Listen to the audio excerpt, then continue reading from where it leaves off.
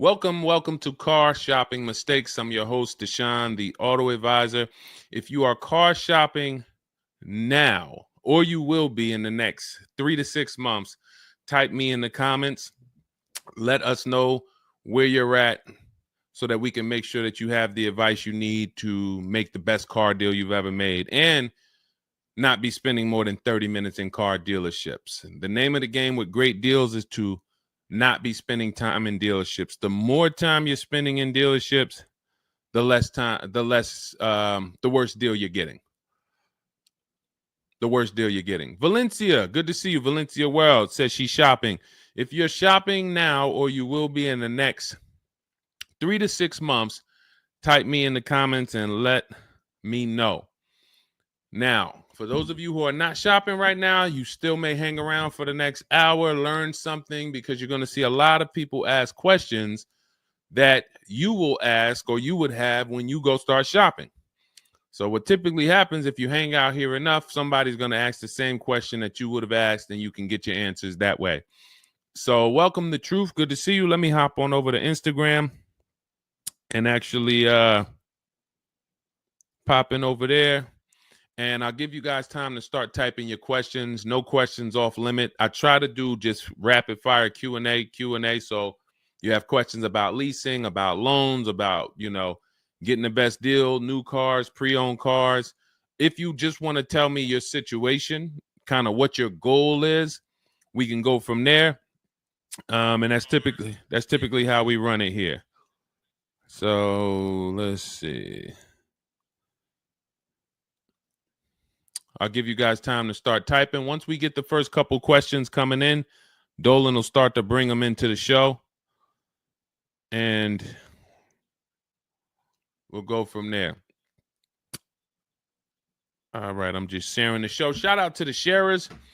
And before we even start with the questions, I want to talk about the mistakes that I see people making.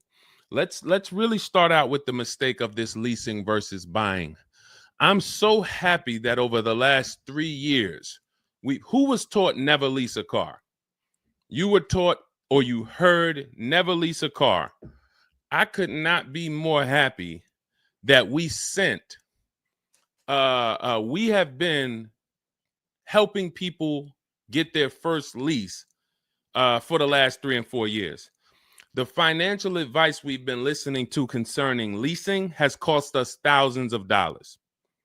I was going to lease a car next week. As long as you get 5 offers, cool money. As long as you get at least 5 offers, you're good. See, people are out there paying. There's a couple ways that you can get a car. You can buy it new, you can buy it pre-owned, or you can lease it new. When you lease a car, you're leasing it brand new. So if you look at the financial parameters, you ask yourself, if I buy a new car, how much will it cost me? Now, I want you to use this rule. Every $5,000 is about how much per month. This is not for the new people. If you're new here, type the number 1. Let me know you're new. You've never been on the show. I don't expect you to have the answer to this question. But if you've heard this before, then every $5,000 is about how much on a car payment. You may have seen this in my video. You might have seen this on a show. This is a principle we teach. I want you to lock this into your head forever. Let's see if anybody knows. Or we got a bunch of new people. Michelle's new. I see you. Cool Money's new. DJ Furious. Okay, I see you. Sandra Bonds on Facebook. You're new. Okay, a lot of new people checking in. We're live on YouTube, Facebook, Instagram, and TikTok. So if none of you know, I want you to remember this. Every $5,000 is about $100 per month. Good to see you, Digby, on TikTok. Every $5,000 is about $100 per month. So how do we turn that into a real budget? You look at a car, $30,000 divided by 5,000. You're going to see that's about 600. Well, that is 600. So when you see that a $30,000 car to purchase is $600, if you borrowed that money, now you know about how much that car is going to cost, about how much $600 a month will get you if you purchase. Now, if you lease, $600 a month, depending on the lease deal, could get you a $50,000 car. So we're driving. So if your budget is $600 per month, then you have a couple ways that you can get a car. You can go find a $30,000 new car, no money down. You're at about $600 on a 5-year loan. You can go find a $30,000 used car. You're about $600 on a 5-year loan. Now, for $30,000 used car, maybe it was like $45 when it was new. You get it for $30. Or you can get a $50,000, depending on the lease deal, brand new car that you lease. So let's drive this home. You have people pulling up in cars. They're all paying $600 a month. One of them is driving a brand new $30,000 car. They didn't put any money down. Another one is driving a $30,000 used car. They didn't put any money down. $30,000 car. Another one is driving a $50,000 brand new car. They didn't put any money down. Who's getting the most value? In the short term, it's the person driving the $50,000 new car. It's nothing you can say about that. It's no like, well, it depends. Nope. $50,000 brand new car, $30,000 brand new car, $30,000 used car. The person driving the $50,000 car at $600 a month is getting the most value, hands down. Now, in the long run, where do the people who buy win? That's where we talk about the 8-year rule. That's why if you're buying your cars and you're keeping it 8 years, you should be purchasing, not leasing. 8 years is when you win. So that's where I wanted to start at. Let's start, like, tear down this bad information you've heard and you've believed about leasing. And I see people asking, we got a lot of questions coming in. I see you, Jaguar Music, on Instagram. I see you, Cool Money. I see you, we got quite, I see, hold on. From what I can see, we got like 4 or 5 questions waiting. So Dolan, you could bring in the first one. Type your questions in, anything you want to ask. If you want to ask about leasing, I saw someone asked about bad credit. What about if I have bad credit? What about mileage with leasing? Just start typing those questions. We'll bring them all into the show and we'll get to them one by one. Is that true for someone that went into bankruptcy? Okay, so if you came out of bankruptcy, your goal should be to rebuild your credit as quick as possible. Right now, your credit's blank. You come out of bankruptcy, your credit's blank. You have nothing there, and that's a good thing and a bad thing. It's easy for you to build. I've seen people come out of a bankruptcy and literally they have a 700 score in 1 year. They're going to go get credit cards. Just like if you're 18. If you're 18, you go get credit cards, you don't use them. Pay $15 gas, or you don't have a car yet. You pay $15, $20 a month for something, pay it off. You're going to have a 700 credit score. The more you don't use your credit, the more credit they give you.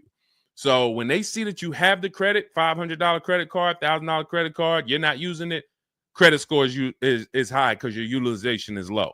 So that's what you should be doing.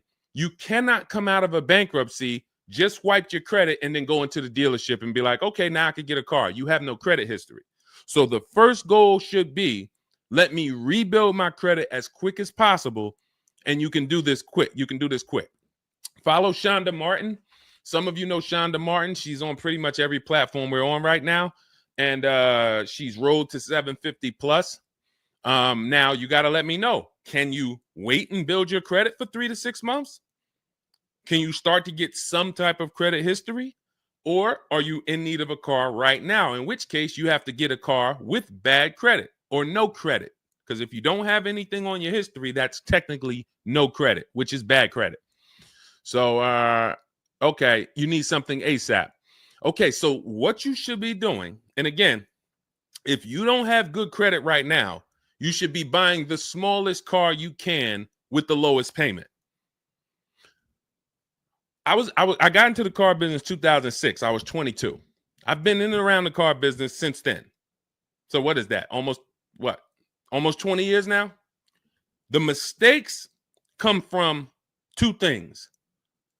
You don't know what to do. A lot of the stuff I'm going to say, oh, I didn't know I could sell a lease, Deshone. Oh, I didn't even know I could sell a car if I don't have the title. It's not paid off yet. I thought I had to pay it off to sell it.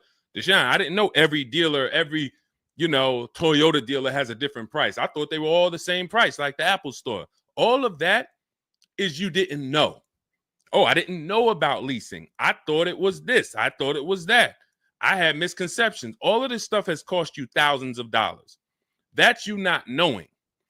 The other problem is you know and you don't do, because now I'm going to make sure you know. So once you know, it's your obligation, or it's up to you if you're going to do. So if I have bad credit, I'm looking to rebuild my credit. I need a car right now. First thing I'm doing is asking myself, in my book, Cars from Home, first step is how many years you're going to keep the car. Because we need to determine, are you going to lease or you're going to buy? Are you going to lease or you're going to buy? You don't determine that based on how many miles you drive or, it's the 8-year rule. Are you going to keep the next car 8 years? Who keeps their cars more than 8 years? Type K. Because you're buying what we call keepers. If you're a keeper, Deshone, every car I buy, I'm keeping this thing 8, 10 years, 12 years. When the transmission goes out, I go and get another transmission. I see we got keepers. Shout out to the keepers. Michelle, we got Chantal. Who are the keepers? Sandra Bonds on Facebook. I see you. Where are the keepers at? K Mathis on Instagram. Keepers. These, you should not be thinking about leasing. Who's the keepers? See, we like to make this clear. Lon, I see you. Kara, keeper. All right. You need to be very clear, because people be like, Deshone, you talk about leasing a lot. Should everybody be leasing? No.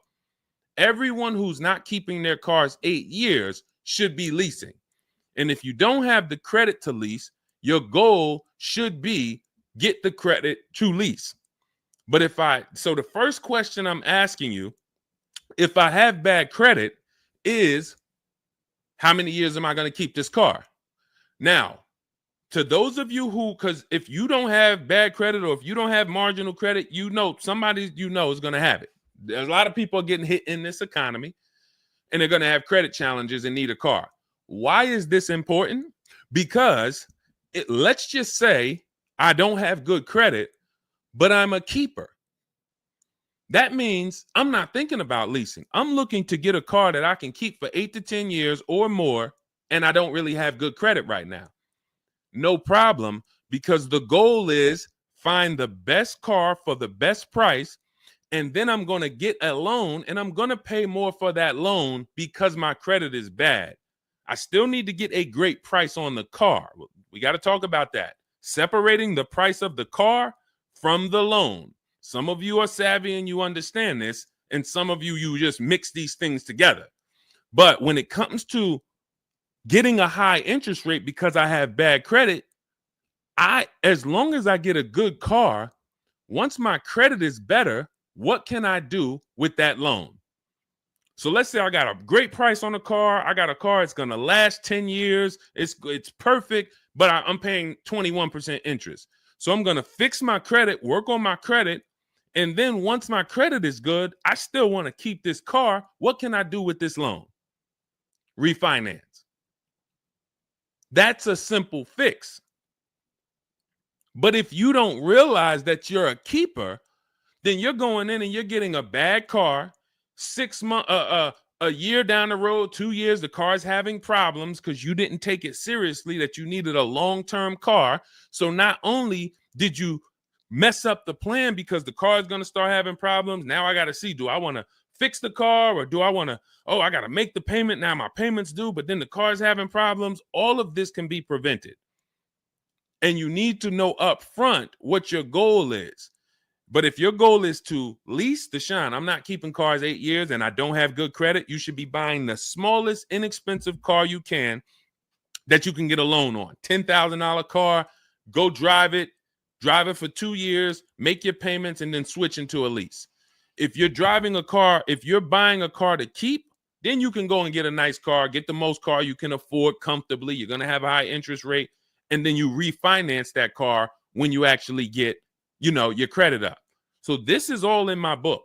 My digital book, Cars from Home, breaks all of this down step by step. Whether you have good credit, bad credit, how to know when to lease, how to know when to buy, new car, used car, you drive a lot of miles. I have plans in there for everybody. It's a digital book. It's 5-star rated.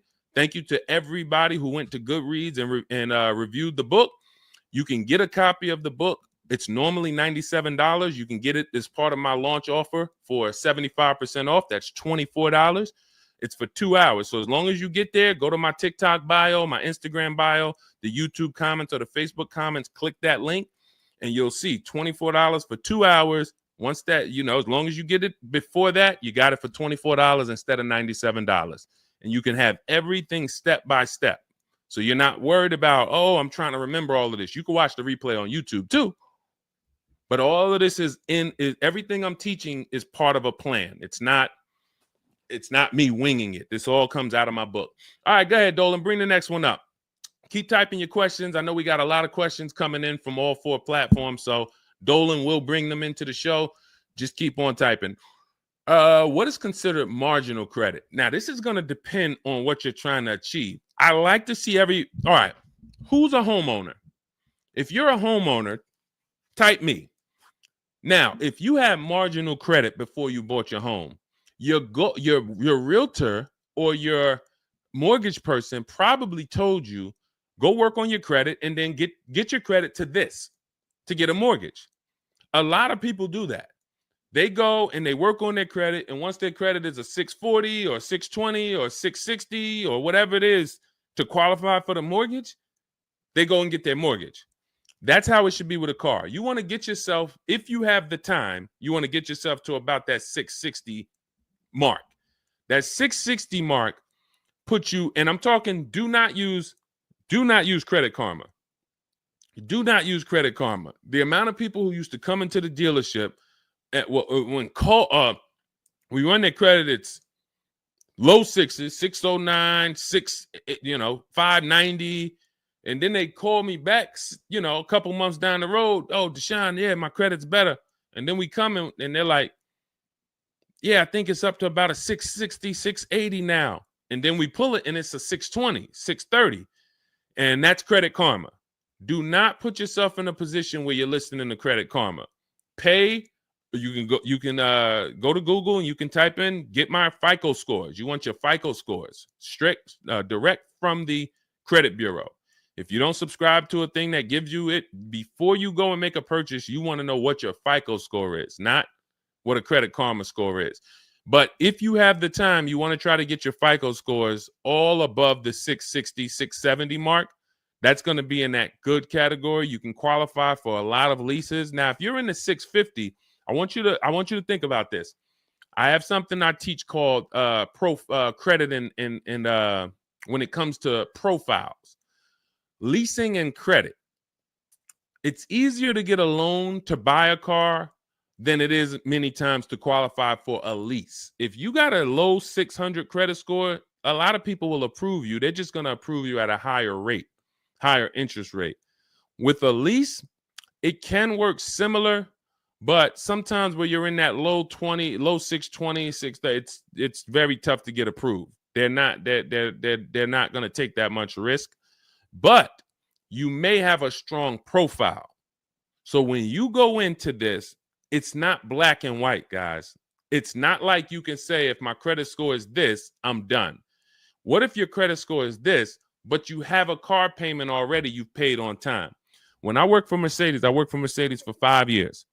We'd have people whose whole life was falling apart, but they never missed a payment on their Mercedes, and they get approved all the time. Everything else is falling apart, behind on the home. But if Mercedes sees you pay them,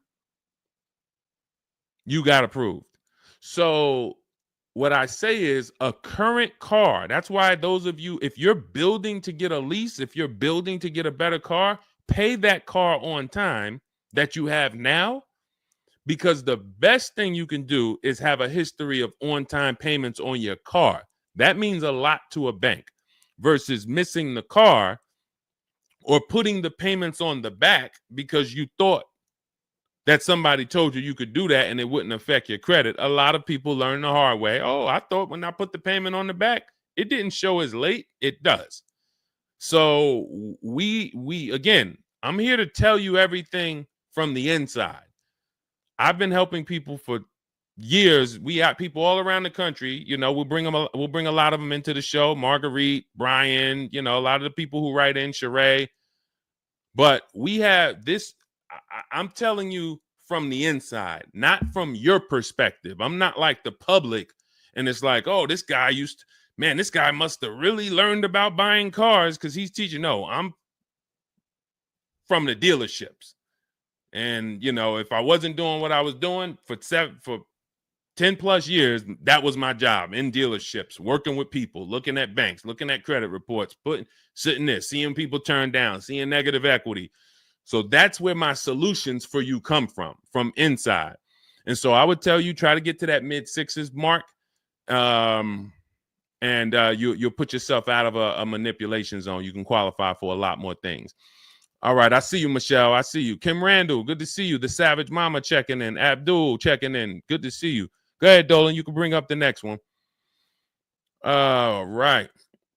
Shout out to Dad. Y'all running the likes up on TikTok. Thank you so much. Thank you to everybody who's double tapping the screen. We appreciate you. Can you talk about putting money down or not when purchasing a car? So important.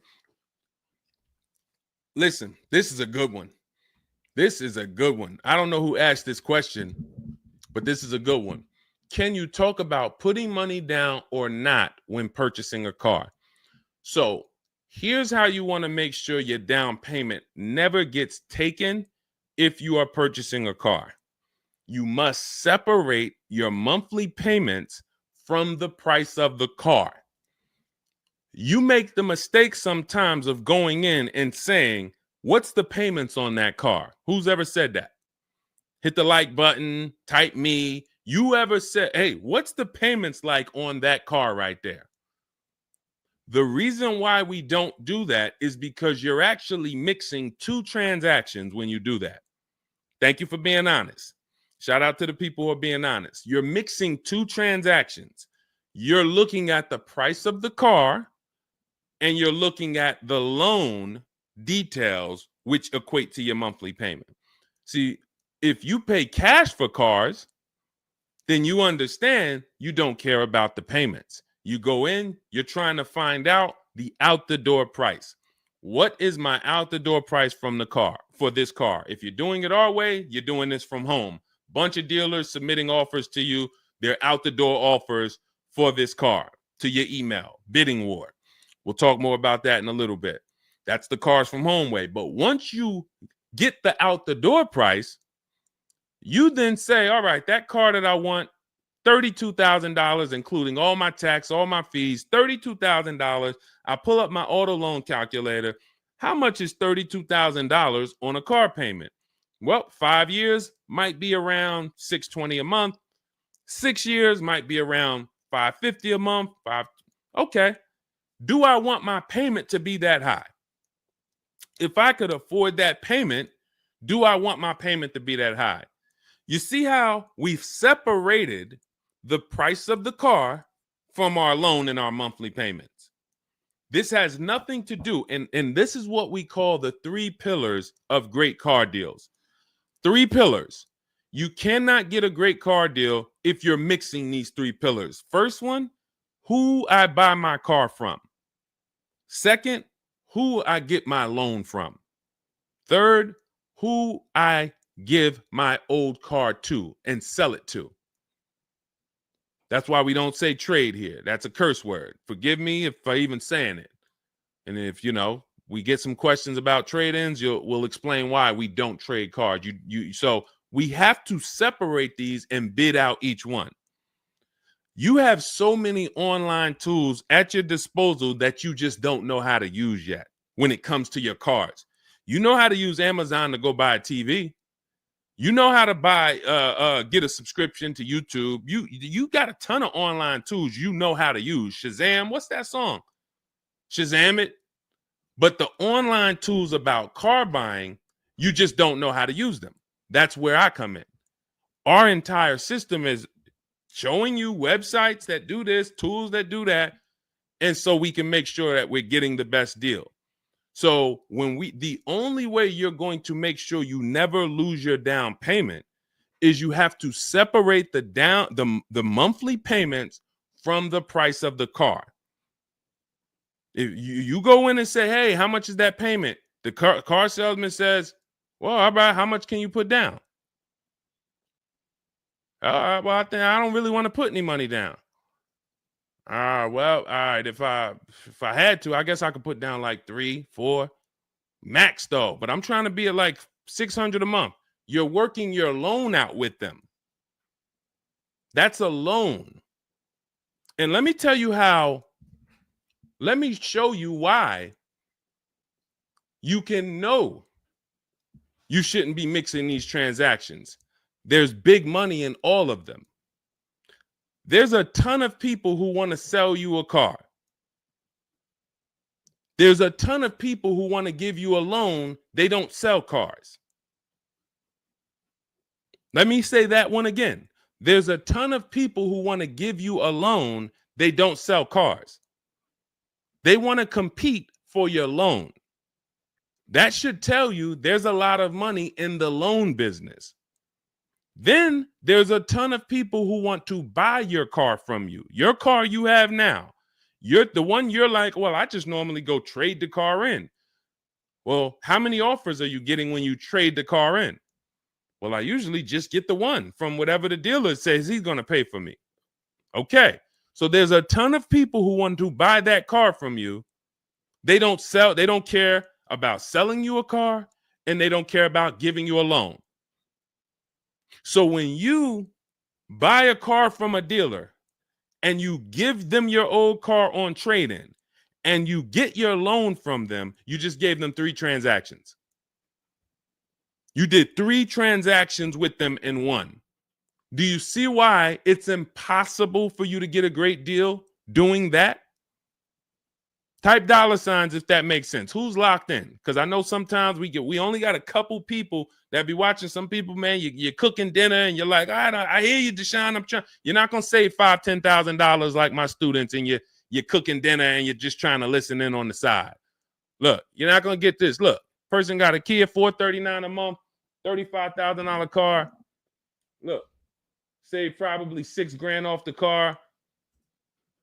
Melissa, $12,000 that she got from Carvana. Let me just read something from people who are locked in, so you can, maybe this will inspire you to get locked in. All right, this is Melissa. 4 days of leasing like a boss. That's our system we follow for getting our leases. Started with a Kia Telluride as first choice. Quotes for 36 months, 15,000 miles a year. Ranged from 642 to 653. Went to a Honda Pilot.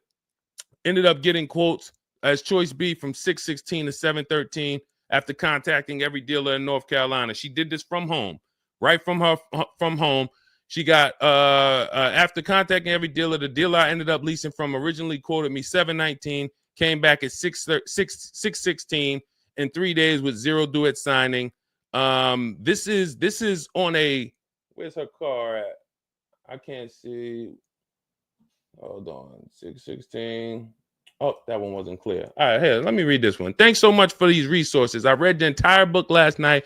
Already been underway trying to put my deal together. What a great book. I have my quotes together, and now I'm ready to take the next step with the calculator. Big fan of your channel and the resources. However, when we shop for 12,000 miles per year, do we adjust to 15,000? So these are people who are taking action on a plan. So when you see the plan, there's going to be different results. If you're out here winging your car process, oh, I hope I did this. Oh, shoot, I thought I watched the Instagram video. They told me don't say that. I shouldn't have told them I had a down payment. You're not going to get it. You're not going to save $5,000 or $10,000 on your car payment, on your car transaction accidentally. You don't just slip into that. So lock in and grab this lesson now. I need to separate my transactions. Who I buy my car from is one transaction. I'm going to bid it out. I'm going to give a bunch of people an opportunity to sell me this car. If I'm looking at a used Toyota Camry, I want to see every Toyota Camry within 150 miles, and I'm going to narrow it down, and I'm going to pick the best one, independent of my loan. My loan is a whole nother story, because when I shop for my loan, I'm going to do the bank bidding war where I can have multiple people.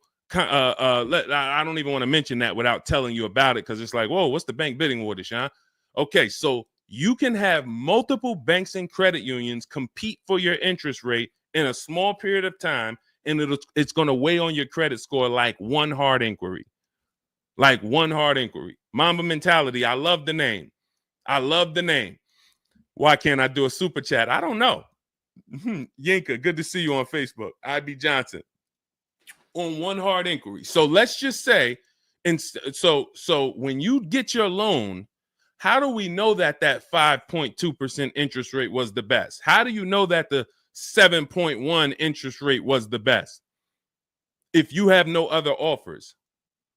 And what we've been used to is we're just going to go with our bank. We're going to go with our credit union. We're going to go with the dealer's bank. Why? We're going to make these people compete. And when you do this, when you do it this way, you can have people compete in a short period of time and get multiple offers on your loan without it affecting your credit score. But it has to be done in a small window of time. Now, if you Google it, rate shopping, it'll say between 14 days and 45 days. You do it our way, it's going to take you 48 hours. And you don't do this until after you find your car. After you find your car is when you do a hard inquiry. You let these banks and credit unions compete for your loan. And again, you notice I've already found my car. I already got the best price on that car right there at ABC Motors. I got that thing on hold.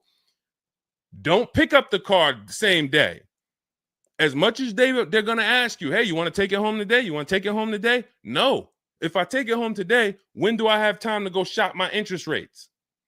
I'm not taking it home today, but let me get my buyer's order with my numbers on it. Let me go home and let me actually do my shopping for my loan and my interest from home. And then if you can actually beat that rate, it's a competition. But because you didn't know that you could let multiple banks do this in a short period of time, you're only going to your bank. You coming back with a 6.49. Well, I guess that's good. What if somebody could get you a 5.49?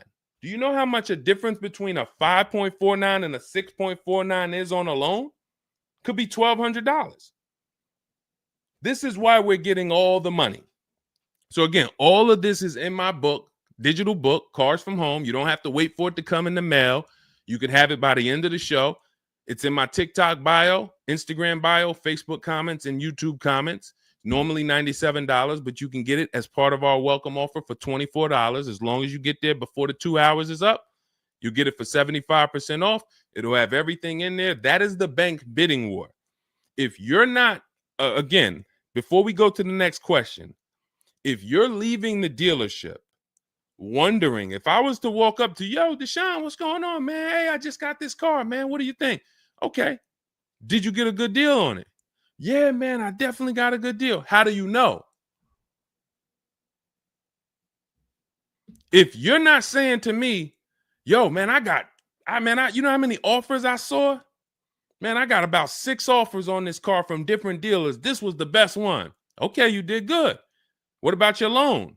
No, man, listen, my bank competed, credit union competed. The dealership told me none of their banks could beat what my bank gave me. Congratulations, man. You got a great deal.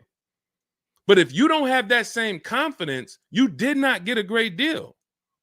And now you're driving in a $30,000 car, $50,000 car, and you don't have the confidence that you actually didn't leave thousands of dollars in these dealerships. This is crazy.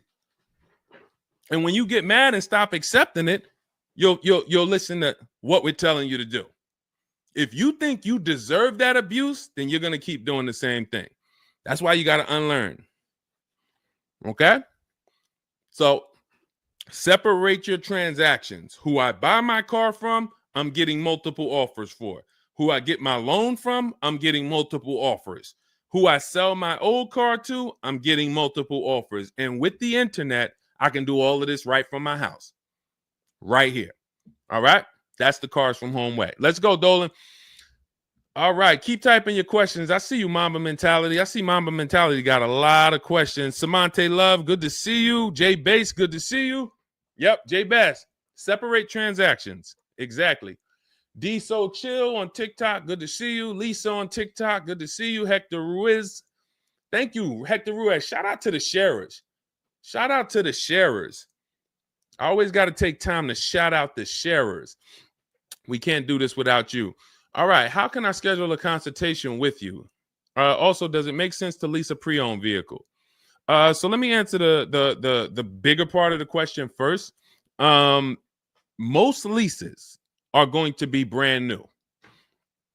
There's only been a few manufacturers that have tried to do a pre-owned lease program. Lexus tried it. BMW's tried it. And there's certain brands that can technically lease a used car.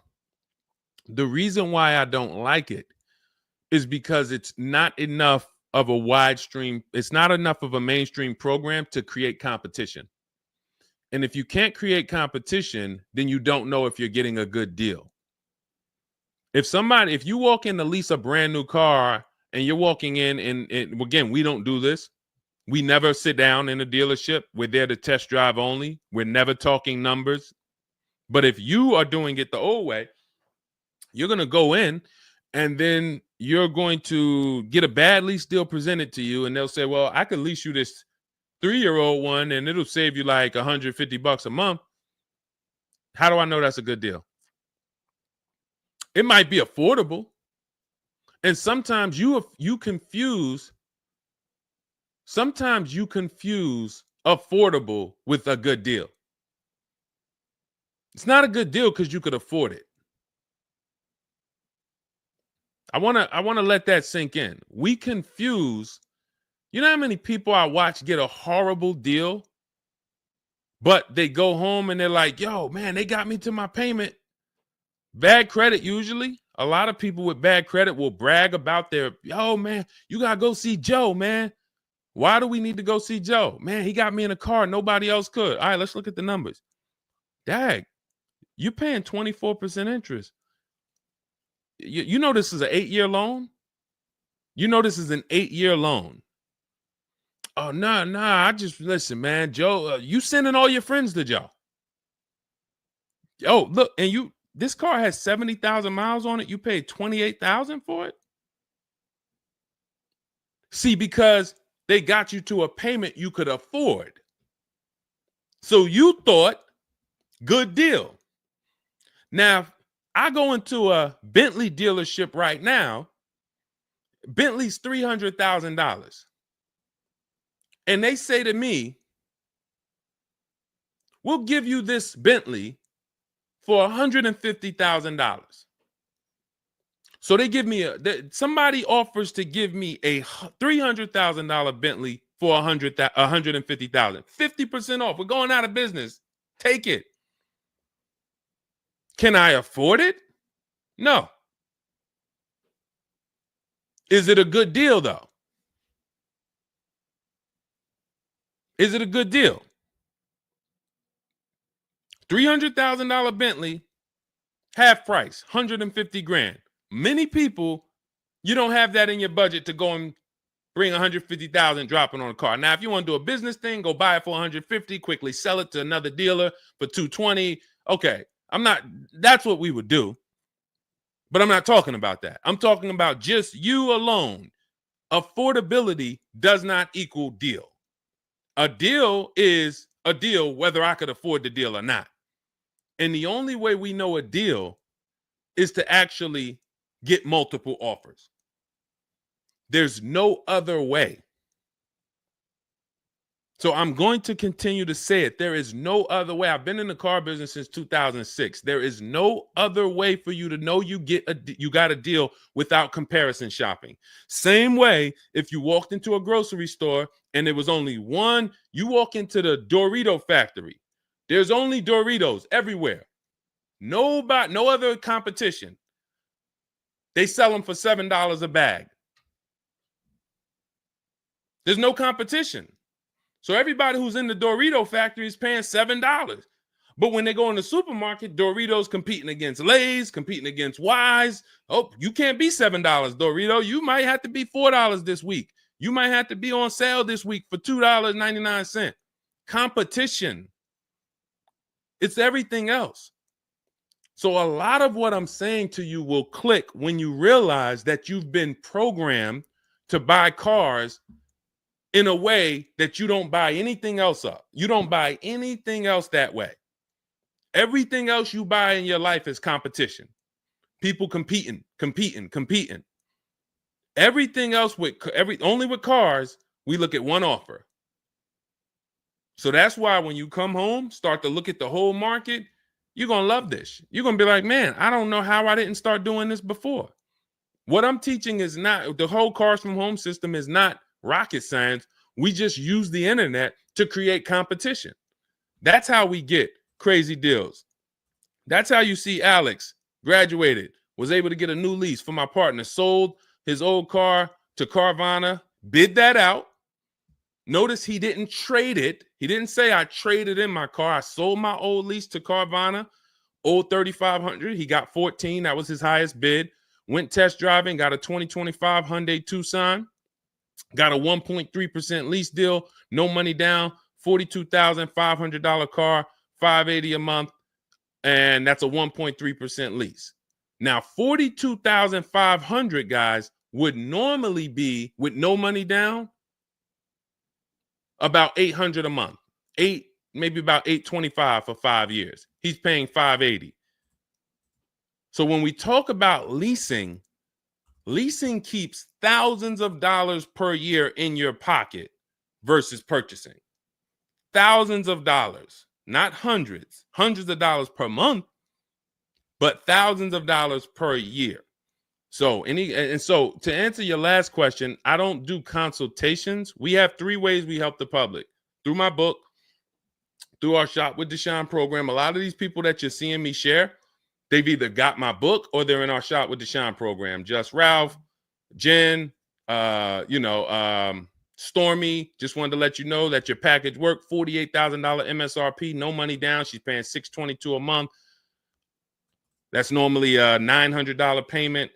Marie, some of you know Marie from some of our other shows. We talked about her. Just wanted to reach out. Thank you. She used the book, saved over $13,000 off of her Mercedes, got her payment to be hundreds lower per month, maintenance included. Just wanted to say thank you. She got a 2025 GLC Coupe. Some people have this same car. You're looking at this car. You're like, hold on, Deshone, I got that same car. Did you get $13,000 off? Did you get $13,000 off? This is when we got to say to ourselves, whoa, what's happening that Marie got $13,000 off? I thought I did okay. I got $4,000 off. You see how dangerous it is when you don't get multiple offers? You thought, man, I negotiated, man. I was in that dealer for about 5 hours, man, to get that $4,000 off. Marie never went into a dealership and she got $13,000 off. So you just made a $9,000 mistake.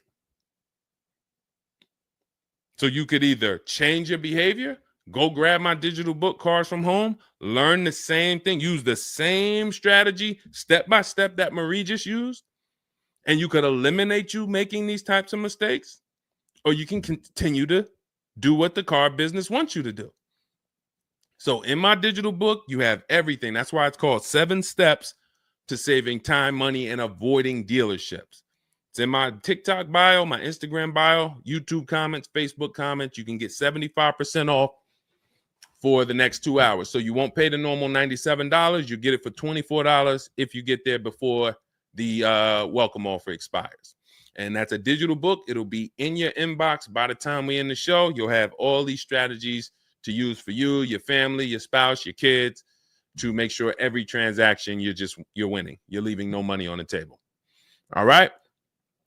So yes, I don't do, and you'll see in our Cars from Home toolkit in my bio, we do have a program where we shop for people around the country. In fact, before we go to the next question, let me show you what you'll be able to do. But in our case, we do this for clients. So you get in where you fit in. I don't tell you. It's like if I put a buffet in front of you, everything gets you full. You get the book, you're there. You come into Shop with Deshone, we do it together. You watch our video checklist. You have coaching calls, we have Zoom calls, we have a private Facebook group. You get to your goal.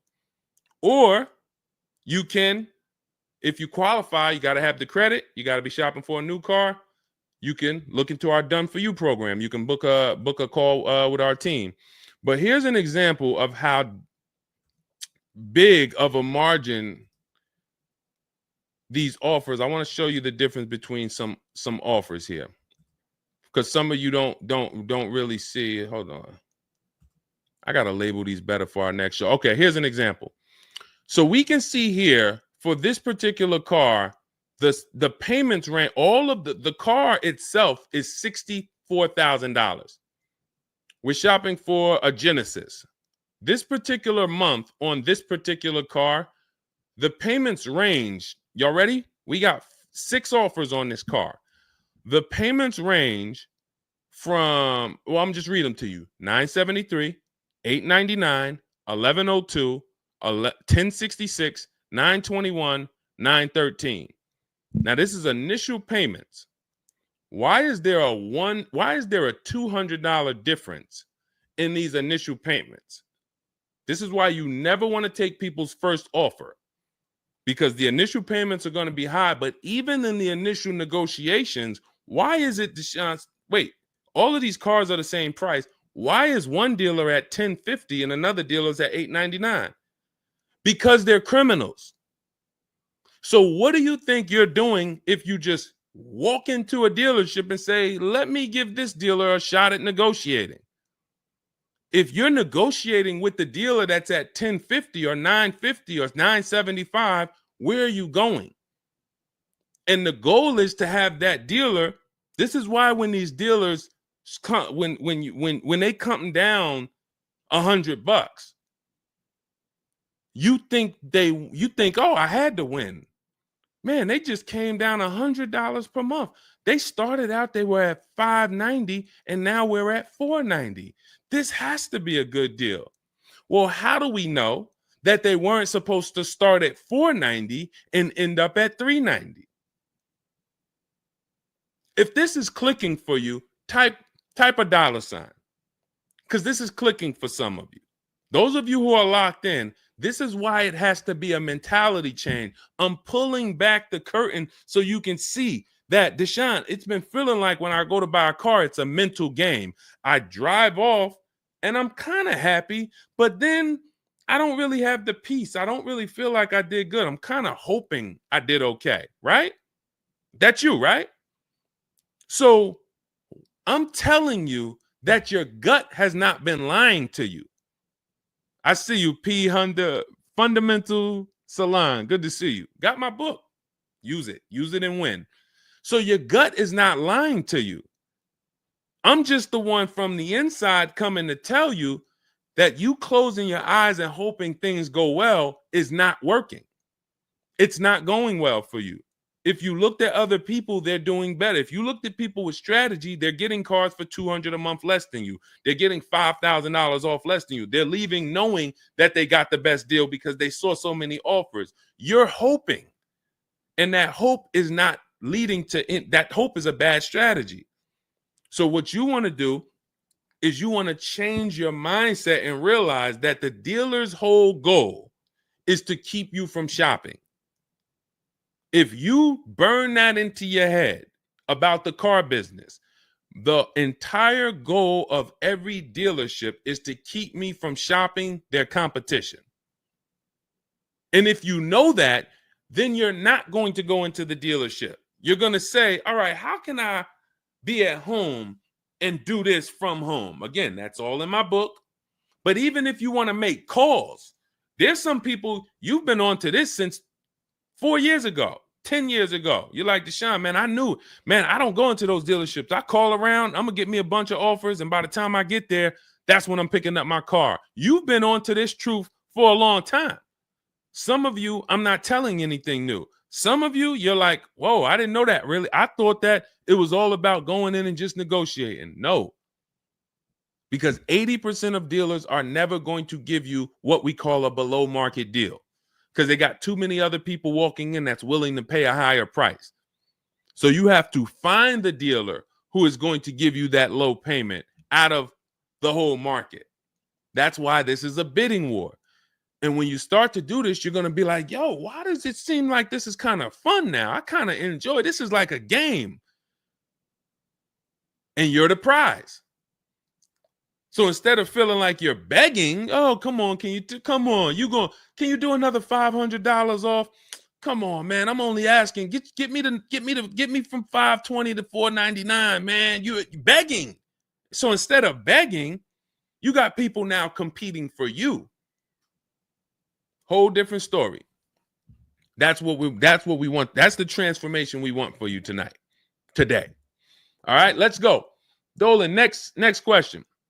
All right, Fundamental Salon, I see you. I see you, Jay Bass. I see you, Randall Pine Straw. You got the number 3 gifted badge. Thank you. Y'all lighting up the lights on TikTok. Thank you so much, Monica 9300, BKS Aggie, Timothy Garces, Drew Saberton reposted the broadcast. Thank you so much. Shout out to everybody sharing this. What about military personnel? What's the question? Just rewrite that question because I don't know. What's the question? I know what about military personnel. I don't know. Are you asking about military rebates? I don't know. So just kind of give me a full question, and then I'll be able to give you a better answer. Hello, I'm planning on purchasing a 2025 Escalade. Any negotiation between the MSRP and the invoice? Of course. Now, if you walk into a dealer and you say something like that, what is the dealer going to say? So let me ask everybody who's watching. We're live on Facebook, TikTok, Instagram, and YouTube. If this person casually walked into the dealer and said, hey, is there any negotiation between the MSRP and the invoice? What do we think a smart dealer is going to say? Not an honest dealer, a smart one. Thank you, Sassy. No. No. And you know what's crazy? They're going to say it in a way that makes you believe it. So if I put my car salesman hat on and I switched it to kind of for myself, this is what it would sound like. Or is there any negotiation between MSRP and invoice? Not really. On these cars, I mean, we don't even have a lot of them. A lot of people are trying to get them now because the tariffs are about to hit. And even though this is an American-made car, some of these parts, they're produced in Mexico. So there's not, we really like to, a lot of dealers are selling them over MSRP. In 10 seconds, I just took you to, whoa, but can I get MSRP though? See, that's why I'm never training you to go in and negotiate with people that negotiate every day, 3 times a day for the last 10 years. You're just not going to be a match. You might negotiate office furniture. Yo, Deshone, I do office furniture. A car salesman couldn't come in and negotiate with you on office furniture. But you can't go into a car sale and negotiate with car salesmen because, again, the psychology, we just know every question to ask, everything to say. It's a mind. And so some people use it for good and some people use it for evil. And so how do we find out what the discount is on the Escalade? We talk to multiple Cadillac dealers. Now, if you're doing it our way, in my book, I have scripts that I wrote for you. It's all by email. So there's a reason that people can actually go in, use this book, use these scripts, and come out with great deals. This is Trey. Trey got 3 cars using our system. He says, my son was in the market in 2025. He just got a 2025 Blazer. He said, I started sending emails in the wee hours of Tuesday morning. So those are email scripts that I wrote. They're in my book. You have access to them when you get my book. You're using all my scripts. We're not talking. We're not doing any of this by mouth and saying, oh, I got to remember What did Deshone say? Don't, oh, I didn't want to say that. None of that. There's no room to make a mistake. We're just typing, copying, and pasting. He says, emailed 25 to 30 dealerships, got 8 offers, closed the deal in 2 days. 2 days. So some of you, you're like, Deshone, I need a car in like 2 weeks. No problem. Trey got his in 2 days. So once you start this process of engaging with the dealers, you'll get a car in 3-4 days if you're slow, because that's the way it's set up. So he gets a $56,000 car. He closed the lease at $560 a month on this Blazer electric vehicle. $560 a month, first month's payment due at signing. That is a $56,000 car. And he's gotten 3 cars. He said his first one with our system was 2.5 years ago. He leased another vehicle for his daughter last October, and now he just got his son's lease. 1.5% lease, a 1.33% lease for his daughter, and a 1% lease for his son. So if you're doing it our way, you're sitting at home, you're getting multiple Cadillac dealers to compete by email, and then you're going to see, oh, this one's going to take off $2,000. This one's going to take off $5,000. These 4 are taking off nothing. This one, he's charging $3,000 over the list price. Oh, here's the winner. They're taking off $5,000. That's the best offer. Now, sometimes you get a deal like Sean, and we never know when the bottom is. Or let's take this Genesis. Perfect example. This is a 2025 Genesis GV80. As you can see right here in writing, if you're on TikTok, you can't see, but if you're on Facebook, YouTube, or Instagram, you can see. You can see, let me just take that comment down real quick, Dolan, so I can show the discount at the bottom of that sheet, please. Just snatch that just for 1 second. Look at that. $8,469 off retail price. Brand new 2025. Okay, you could put it back up, Dolan. Thank you. So when you look at that, this is the lowest offer of multiple offers. Maybe $8,500 is the best discount on this particular vehicle. But when we go to Sean, let's go to Sean. F-150 Lightning XLT, $73,000 vehicle. What's his discount? $21,000. Look at the dealer discount and look at the rebates. And every dealer is not going to tell you the rebates. Some dealers will not be honest with you about the rebates. They'll hold some of them or they'll hold all of them. When he got all his offers, he saved $21,000 off the price of the car. So how do we determine, to answer your question about the Cadillac Escalade, what's the discount between MSRP and invoice? We don't know. Could be the best discount could be $3,000. The best discount could be $5,000, could be $10,000, $12,000. We don't know. And because you don't know, you cannot negotiate. If you knew that the best discount you could get on a Cadillac Escalade was $8,000, you knew that, then it would be easy to negotiate. I'm just going to go on. All right, man, come on. You're at $6,000. Nah, man, I want another $1,000 at least. I'll let you keep the last $1,000, but you got to get me to $7,000 because you know the bottom, $8,000.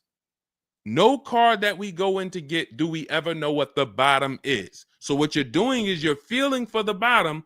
But if Sean thought $10,000 off was the bottom for his F-150 Lightning, then he wouldn't have got $21,000 off. That's the danger. So when I say to you, you're leaving $3,000, $5,000, $7,000 on the table, you can't say to me, Deshone, no, I'm not. Because I get so many offers, man. I know I'm not leaving money on the table. You don't know you're leaving money on the table. I got $8,000 off my Infiniti truck I got when I leased it. How do I know that was the best offer? Because I had 7 other offers. I had 7 other offers of Infiniti dealers that I went back and forth with by email. This one giving me $3,000 off. This one $4,000. This one $6,000. This one $6,000. This one, we'll do $8,000 off. You got it. You won. Took me 60 minutes. This is where I want you to get new cars, used cars. You're making your deals from home. You're the prize. You're going into the dealership to pick up your car, man. They like, man, you sell cars? How'd you was like quick, man, that you kind of knew what this was quick. Car salesmen going to love you because you didn't waste their time. You didn't tie up 8 hours of their time. They're making deals with you in 20 minutes, 30 minutes. It's great for everybody, but it's mainly great for you. That's what we want. Okay, all of this is in my digital book, Cars from Home, 7 Steps to Saving Time, Money, and Avoiding Dealerships. It's not a mail book. It's a book. You can have it in your inbox in the next 5 minutes. Normally $97, but as part of our welcome offer, you can go to my TikTok bio, Instagram bio, click those links. You can go to the Facebook comments or the YouTube comments. Dolan has a link for you guys. You get 75% off. That's $24, but it's only for 2 hours. Now, if you visited earlier, some of you, I did a show, my last show, you might have visited the link and you missed the countdown. You'll see it's gone. So you want to make sure when you actually go there, even if you come back in a couple minutes, don't let that timer hit 0. Book's still worth $97. You saw Marie, she saved $13,000. So I think if Marie, if she was on the show, she would say, look, even if you missed the $24, get that book. Save me $13,000 off my price. All right. Corey Duncan, I'm just catching your comment on TikTok. Look, it works, y'all. I promise. Leased a car back in April after using his book. Got the best deal. You see what I'm saying? Like, and this is all over. It's too many people for me to pay. When I tell y'all, like, it's too many people. I pride myself on not can Deshone get great deals. Obviously, you guys know if I could sit on here and answer your questions for an hour and a half. Clearly, I've been in the car business since 2006. Clearly, Deshone can get great deals. But can other people? That's why I'm showing you other people. That's why I'm showing you Benita. That's why I'm showing you Kimberly got 20 grand off her Maserati when she got it. Zafrina got 2 cars. She got a car last year, got her Jeep Grand Cherokee, $66,000 car. She got it for $579 a month. And then she just got another car that she posted 2026. Not even a 2025. 2026s. It ain't even out yet. She got a Kia or just came out recently. Kia EV6, $76,000 vehicle. She got it for $742 a month. She leased it. Now let me just do some math for you real quick on how crazy a deal that is that Zafrina got on her second car. The first one's crazy too. They're both crazy. But let me just, here's how we judge a lease. We judge a lease by how much we're paying and how much car we get to drive for that payment. So the reason I created the 1.5% rule is for you to know you're paying too much money for a car you're giving back. The 1.5% rule tells us if we divide the monthly payment into the MSRP with no money down, it creates a percentage. And if that percentage is over 1.5 for 12,000 miles per year, we're paying too much. It's no value there. It's a bad value lease. Let's look at Zafrina's deal that she just got. She's paying $742 a month, and she got a $76,000 car. So let's say, go into our calculator, $742 a month, 36 months. That equals $26,700. That includes taxes, everything. That is how much she's giving them for 3 years to drive this car. $26,700. It's a $76,000 car. You don't have to be a mathematician to know that if you walked into a showroom and you saw a $76,000 car, once taxes and fees and everything were on top, it's over 80 grand.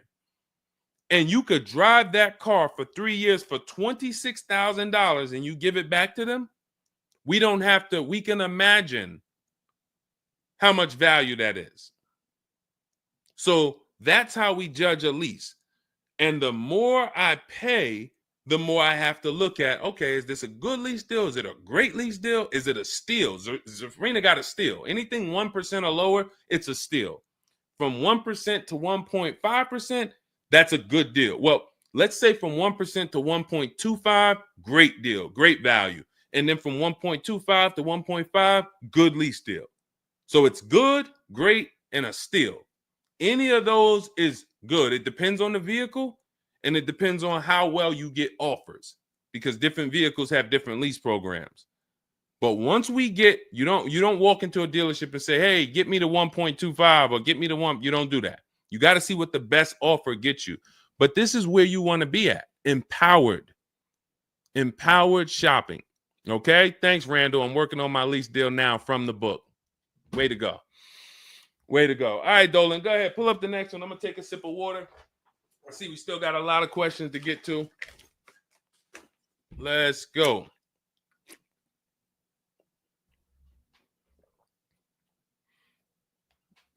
Mark is me. Good to see you on Instagram. Checking in. All right. Let's go. Does it matter if you email or call a dealership to find out the best price? All right. No.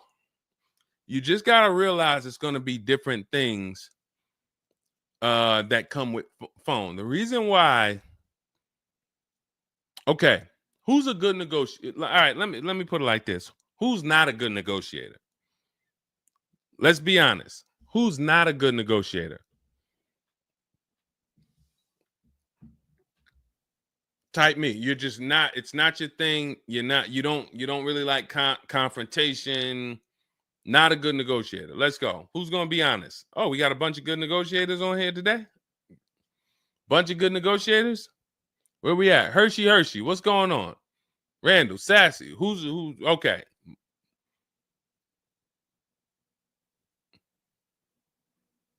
Okay. Couple people that want to be honest. Everyone else is a great negotiator. You need that to get on the phone. In order to get on the phone, you need to be a good negotiator. You need to be quick with your words. You need to be, and that's what's going to happen when you're calling to get deals. Now, if you're calling to get deals, you just need to be able to know exactly what information to give and what information not to give. So let's just say you call in and you're trying to get an offer, and somebody says, "Hey, wait, I need your credit." Okay, are you gonna say, "Well, no, actually, the people I've been working with, they haven't been asking for credit. Just assume tier 1," or are you gonna, fumble through that? And if you so this is what you're going to get. That's why I say if you're calling, you could try asking for sales managers. But the reason why email far exceeds getting the offers by phone. Now, look, getting the offers by phone is way better than walking in.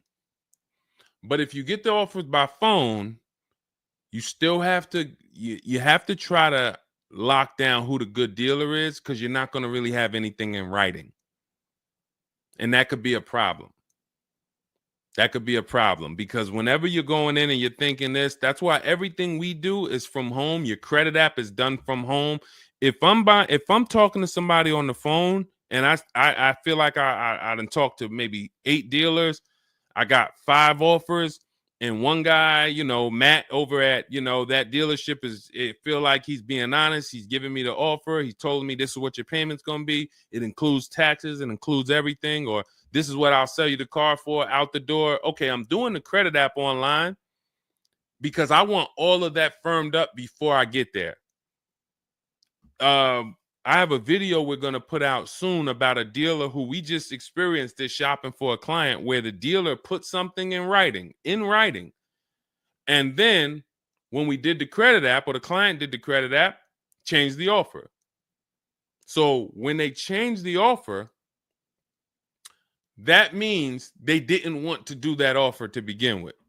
Oh, no, they didn't change the offer. They said the car was sold.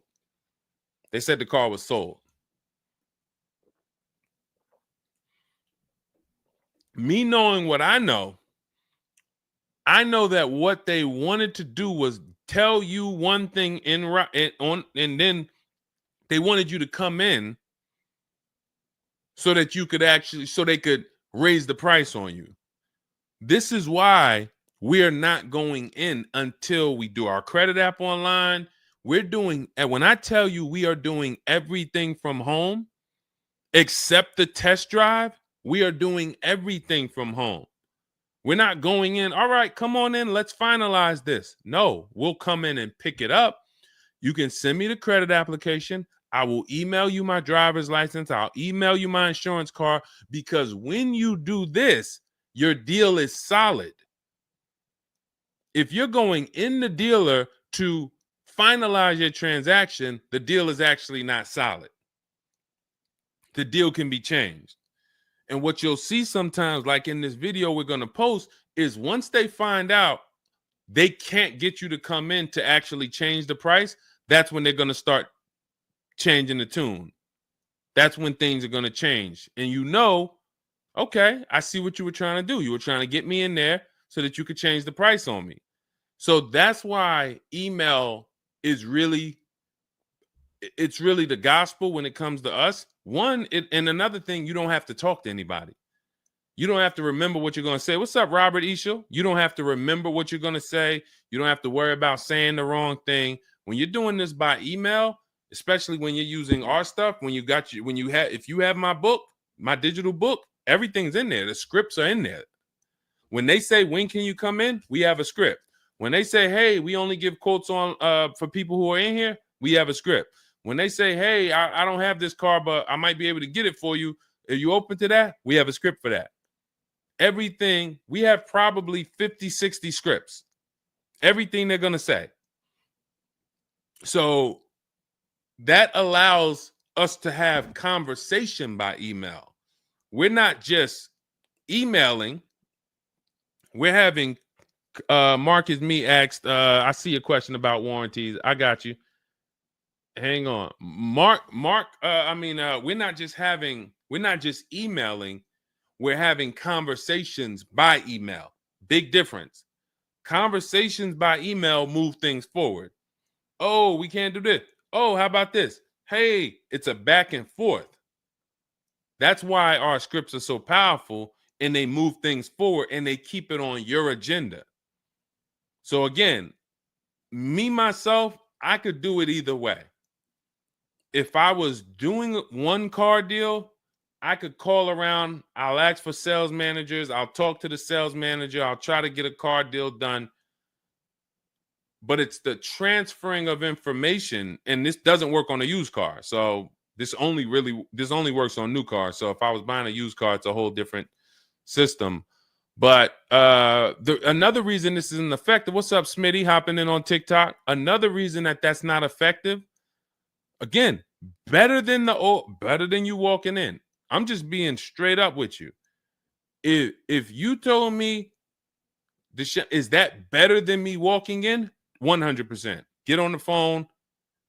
You will do way better on the phone than walking in. But compared to email, you ask me like email or phone, which one's better? Email crushes it because I can have conversations quicker. I have stuff in writing. I don't have to worry about not having something in writing, and I show up and I thought that it was this and then it's that, and then it's nothing I need to remember. Yeah, I think that's enough. I think that's enough. So again, in my book is all the scripts. And without you knowing what to say when they say this, then the conversation is going to move slower and you'll be typing everything manually. What should I say to them? All right, what should I say to this? When they say, "Oh, can I have your full address?" Okay. These are the things that you want to know how to respond to. Okay? All of that is in my book.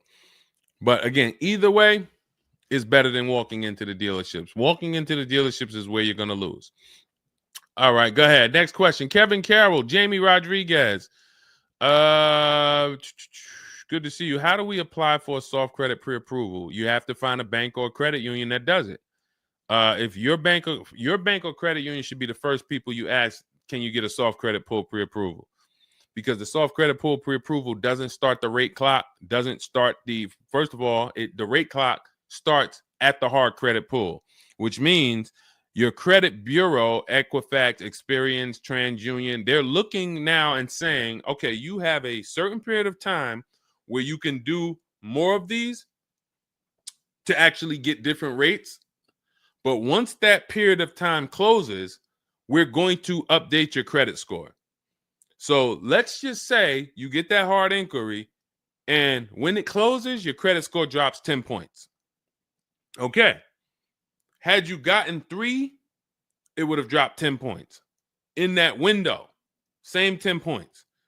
But if you let the window close, then you go and get another hard pull. When the next window closes, it's another 10 points.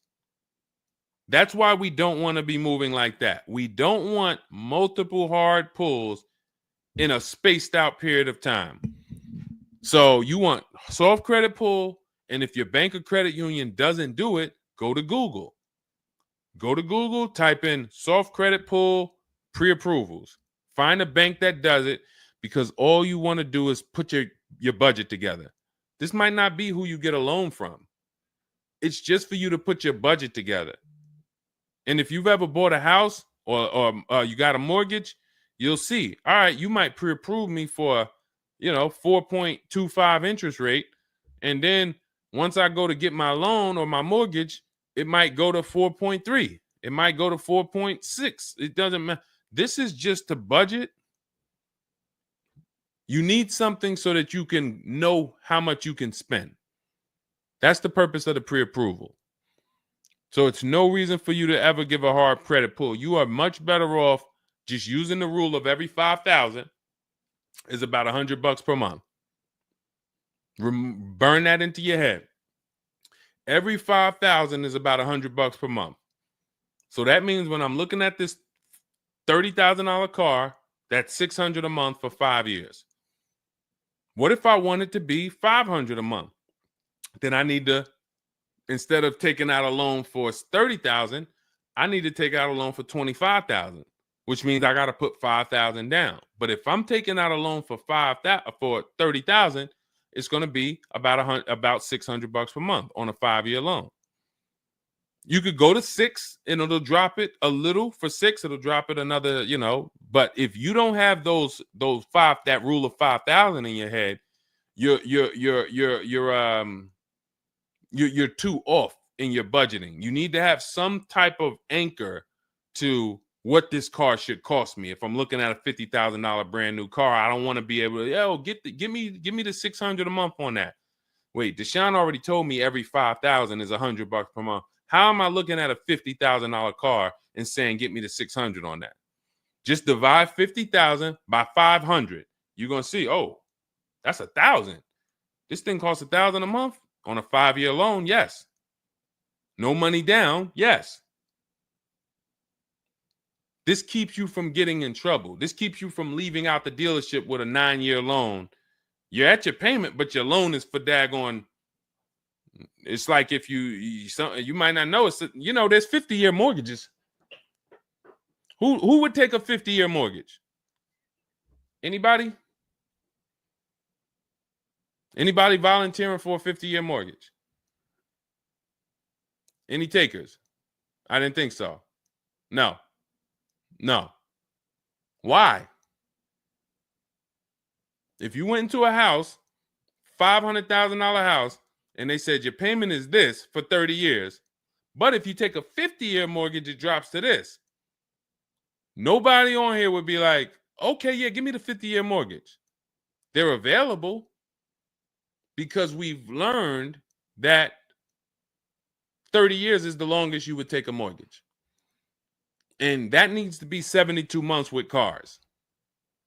That's why I tell you 72 months should be the longest you ever consider for a car loan. And if you go in with these parameters, nobody can take advantage of you. All right. All right, let's go. We'll wrap in a car. We're almost done. I say let's go. I see we got maybe one or two more questions. We'll see.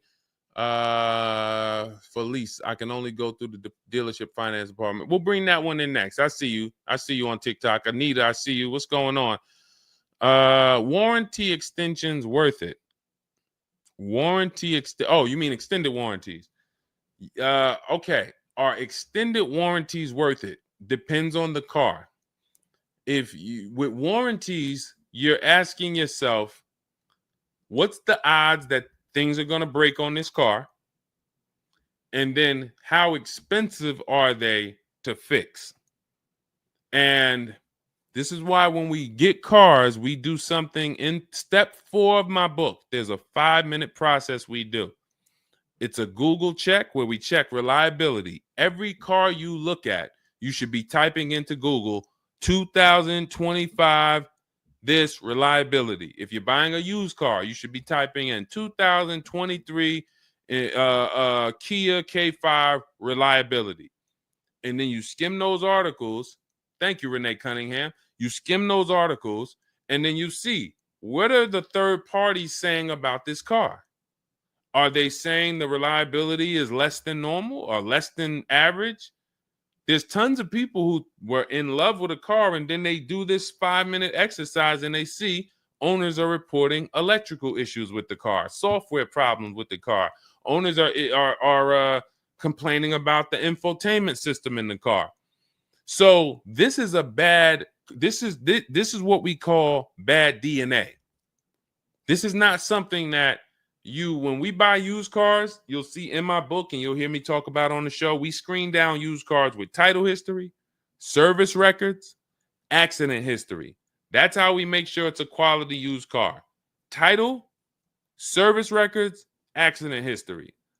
But you could put all those things together, and if you got a car with bad DNA, it has electrical problems, none of that will fix it. So, Deshone, I did that whole search you told me, man. I did everything. I narrowed it down. I got a good car. I got the best price. But, man, the car is giving me problems. You skipped step 4. You didn't do that Google search I told you to do, right? No, I didn't, man. I didn't do it, man. I skipped that. That right there, now you got a great deal on a bad car. So the things I'm telling you to do take 5 minutes. Nothing that I have talked about on this stream takes 2 hours or 1 hour or 45 minutes. Shoot, I have my car in 60 minutes. I do the whole process in 60 minutes. So not one thing I have told you takes more than 15 to 20 minutes at a time. So this is a 5-minute exercise concerning this question somebody asks, are extended warranties worth it? So extended warranties cannot fix a car with bad DNA. You want to skip that. So once you find out, okay, I got a car. For example, there's certain Nissans, when you pull them up, you do you're going to type in the year, the make, the model, longevity. Going back to the keepers. Everybody who answered earlier, they're a keeper. You buy your cars, you keep them more than 8 years, type K for keeper. You don't lease. I don't want you thinking about leasing. But if you're keeping, you need to think about warranties. Just like people who lease don't need to think about warranties for the most part, unless they're a high mileage driver, they're getting a high mileage lease, they're not thinking about warranties. So if you're a keeper, you're thinking about warranty, which means you need to look at longevity. There are certain cars you're going to type in, do this exercise, type in the year, make, model, and the word longevity to Google, and you're going to see this car, owners report transmission problems between 90 and 110,000 miles. There's nothing you can do to change that car's DNA. Nothing. So yes, you can get one with good service records, good accident history, good title history. Nothing you can do to change the fact that that car has transmission problems from 90 to 110,000 miles.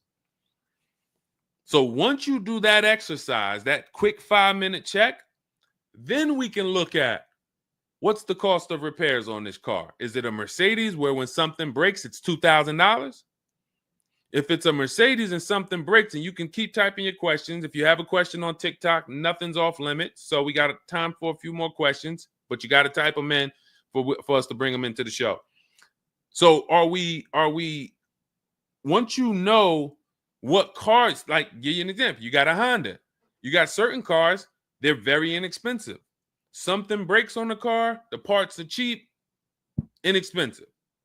These are the cars where you don't need extended warranties as much as you need a car when you look at a car that has high cost of repairs. So what should you be typing in for the car you want? Cost of repairs. If you're looking at a Volvo XC90, Volvo XC90 repair cost. Where does it fall? You're probably going to land on an article that shows you the rankings of cars repair costs. If you see that Volvo and Cadillac and Mercedes and all Range Rover, Land Rover, they're up here, then you need an extended warranty. Because when one thing breaks, if you got a $3,500 warranty, it might pay for the whole warranty. One thing. But if you're looking at a car and it's very low, Mazda or Honda or Toyota or very low cost of repair, then maybe you save the $3,000 and you don't get an extended warranty. You just put that money to the side. So it's going to depend on the car. When I worked for Mercedes, if somebody was buying a Mercedes, I told them, go in there, finance department, buy as much warranty as you can afford. That was my words all the time. Buy as much warranty as you can afford. IDK, following your book to secure a lease. How do I get it without putting money down? We don't shop with money down. So you haven't gotten to that section yet. I'm glad you have the book, IDK, but there's no scenario when you're using our templates and scripts where we shop with money down.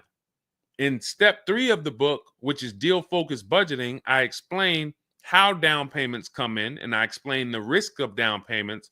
But when we're in step 5, which is reaching out to dealers where we're getting our offers, there's no down payment that ever comes into the conversation. All of our lease offers are with first month's payment due at signing. That's not a down payment because it's just like when you rent an apartment, you pay your rent at the beginning of the month. When you lease your car, you pay the payment at the beginning of the month. And that's it. That's not a down payment. That's your first month's payment. But no, all you do is just follow the book. There's no again, and stay on the steps. Here's what I want to drive home when it comes to this book. And I see we had somebody, Linda March, on Instagram. I see you. Grab Linda March's question, please, on Instagram, Dolan. Do not read this like this is some seminar. There's 2 types of people who use the Cars from Home stuff. All of our stuff is made to be like you having a conversation with me.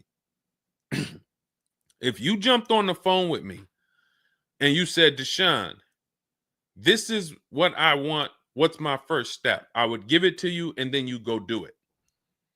I wouldn't say to you, okay, Linda, you're going to do this. And then once you do that, go and do this. And then once you do that, go and do this and then do that. And then by the time you finish this, you'll see this on this website, and then you'll be ready to pick up your car then. How would that go for you? Carrie Ann, Gifted Hands Cash, good to see you on Facebook.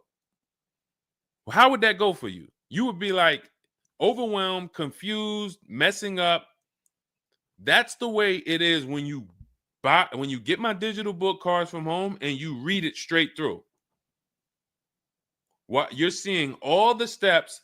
The last step 7 is delivery or pickup, and I'm congratulating you. You did it. The step before that, we're going over paperwork in the finance department and extended warranties. You shouldn't be there because you should be going through step 1, checking it off. Deshone told me do this. Step 2, check it off. Step 3, and then once you get to step 7, which is delivery, check, just picked up my car. It's a checklist, not a Bible or a almanac for car research or car studies. That's not what it is. And so I want to let you know that so that you don't come in thinking you're about to learn a lot about cars. In fact, that's how it was when I first started. My first book was called 52 Car Buying Questions Smart People Don't Ask that cost them thousands. 52 car buying questions smart people don't ask that cost them thousands. That book's not for sale anymore, but if you Google it, it's highly rated. People loved it. People said, Deshone, I use this book, man. I learned so much and I got a good deal. Because I still was teaching you how to get to the multiple offers, but it was too much information. That was when I came and I started teaching and I said, I want to teach you everything I know. No, the way my book now is, Cars from Home, 7 Steps to Saving Time, Money, and Avoiding Dealerships, is to get you right from where you're at to your car. 90 minutes, 2 hours from home. Boom, boom. Little small exercises here, 10 minutes here, 5 minutes there. Boom. All right, I'm picking up my car. So that's why we have the success stories that we have, because of the fact that it's a focused step-by-step book. Okay? So you can get your copy in my TikTok bio, my Instagram bio, the YouTube comments, or the Facebook comments.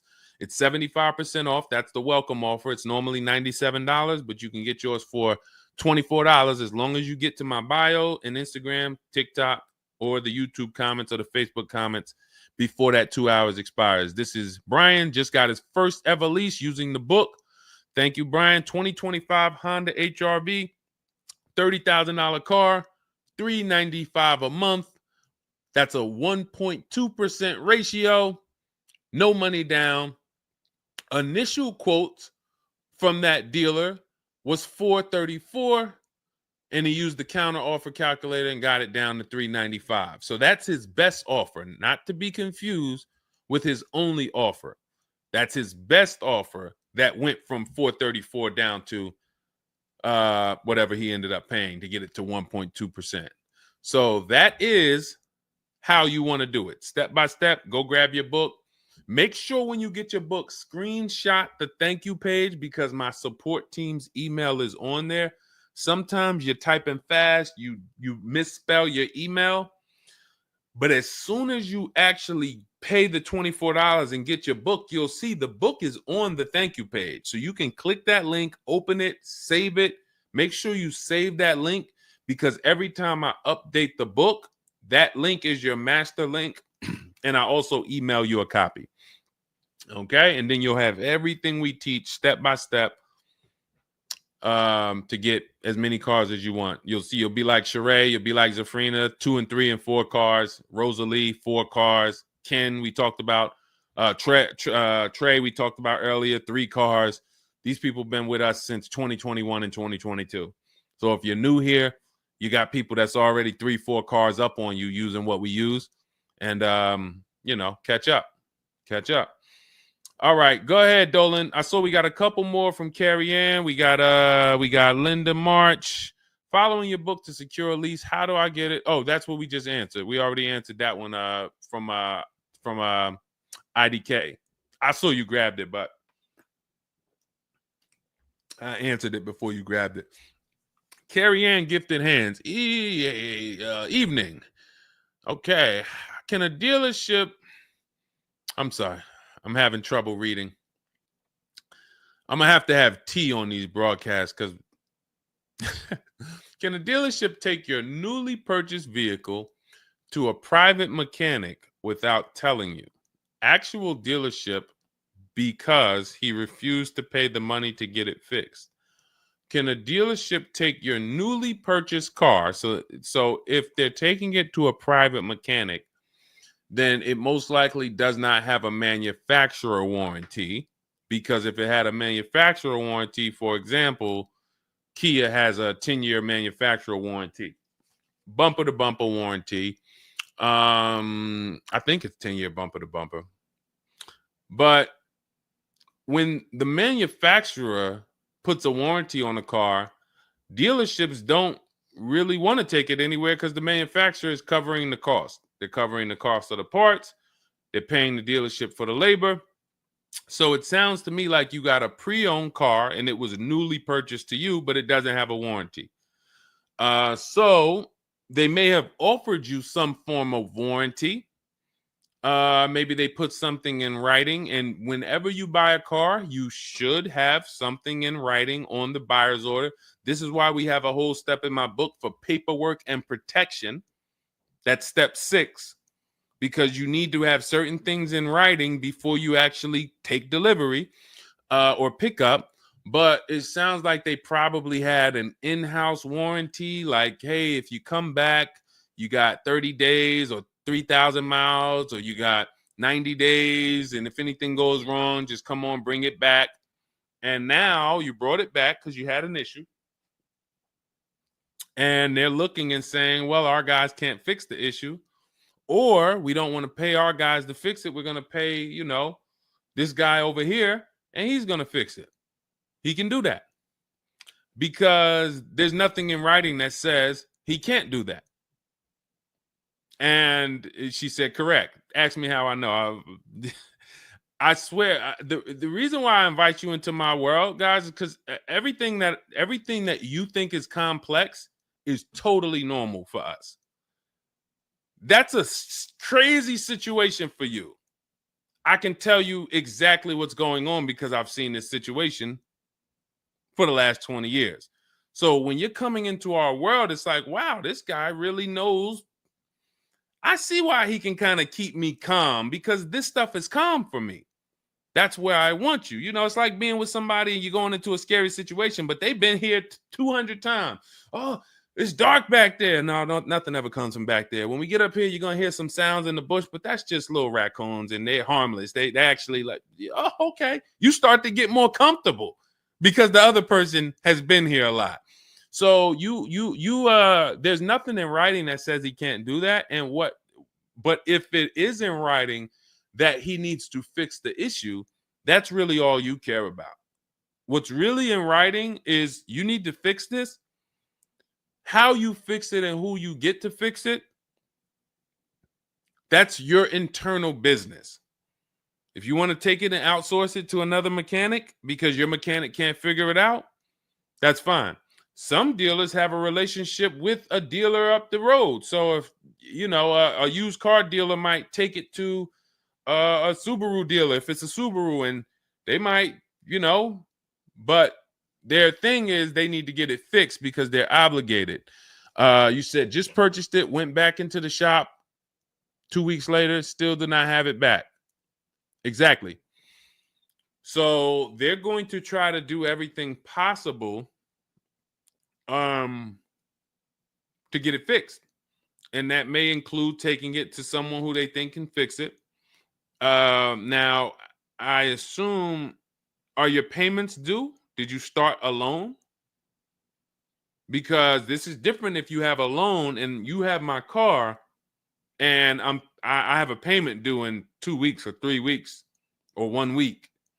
And if my payment is due, then I'm going to actually wait probably 1 month. And if I don't have anything in writing of when I'm getting this car back, then I'm going to make a police report. And because now I'm getting ready to either unravel this deal, you got to give me a car. I need to, and watch this. Why the police report? It's to document what's happening. First of all, people don't like to see police pull up to their, it's leased. It's a brand new car.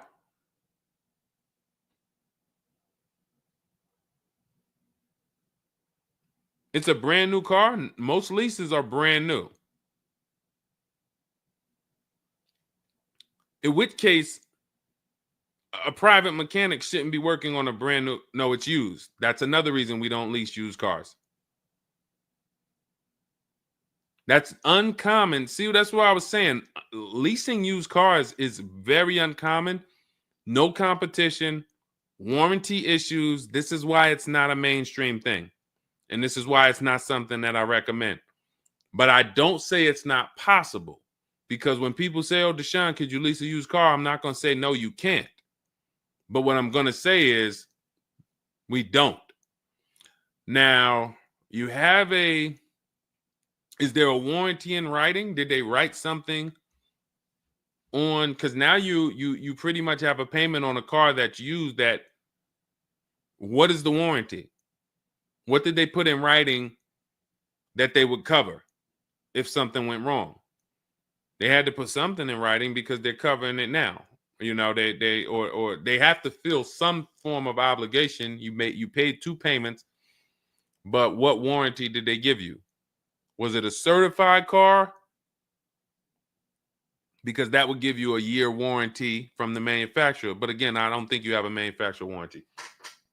In fact, I almost know you don't, because they wouldn't be taking it to a private mechanic if it had a manufacturer warranty. Originally 32,000, at the end 62,000 through.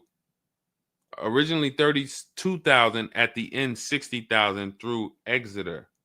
Yes. Well, I mean, originally 32,000. I don't know what you mean by that. Is that your mileage? I need to know. Did they put something in writing saying that they were giving you a warranty?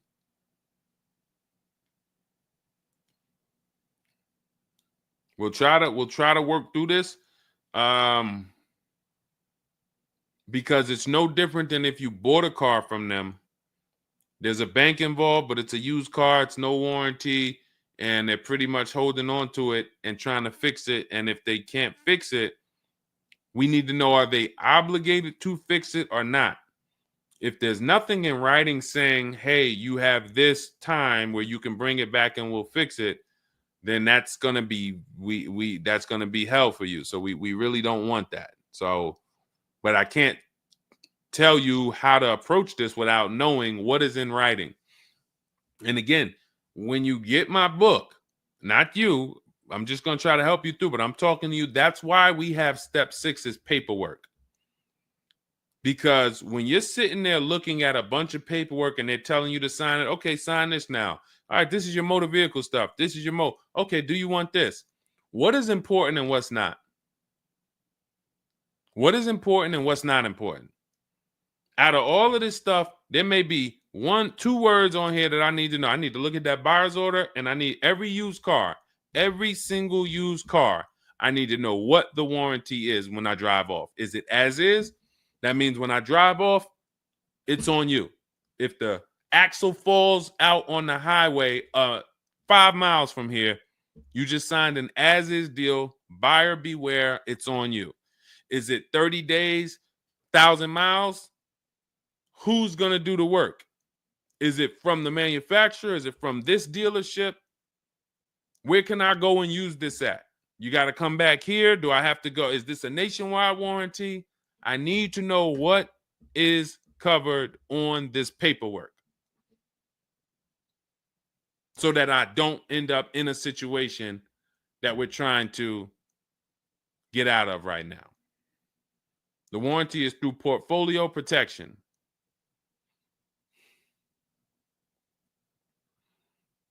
So it's a warranty. May not be a good one, but it's a warranty. So if there's a warranty, that means they're obligated to fix it. And if they're taking too long to fix it, and I have a payment, did they put you in a loaner car? Are you driving now? What are you driving now? If I bought a car with a warranty and then it had problems, I dropped it back off to the dealership and they had it for 2 weeks, and I have payments I'm still making on it, I just got it and it's in the shop, I'm not going to let that car stay in the shop more than 30 days with no car. I'm in a loaner. Okay, so you got to just chill out. You got to just chill out. Hopefully the loaner is as nice as the car you got. And if the car and if that's the case, then you just chill out. It's not a mainstream program you're in. It's like a black market program. That's the best way I could describe it. These companies that lease used cars, it's a black market kind of behind. It's not a mainstream thing. That's why all of these companies are small or like very little known name companies. They could go out of business. Nobody knew. Who the heck were they? Nobody knew. portfolio such and such went out of business. I never even heard of them. Who are they? Because they operate in the black market back there.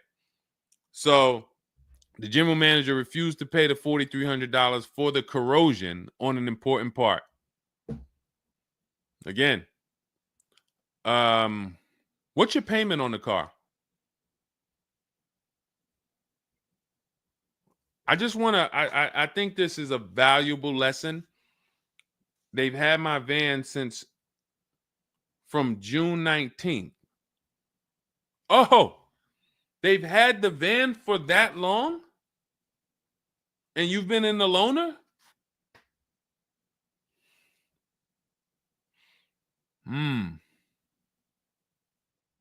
Holy crap. All right, what do I do from you? What's your payment on the car?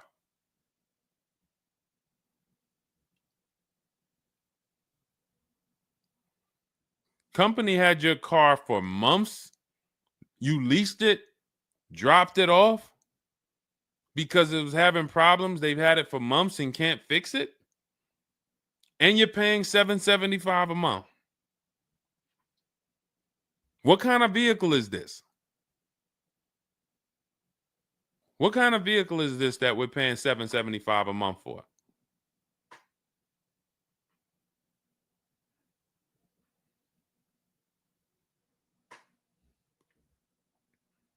I just want to give you some time to type. I mean, I like to try to give you, I like to try to give you a like, what would I do in this situation?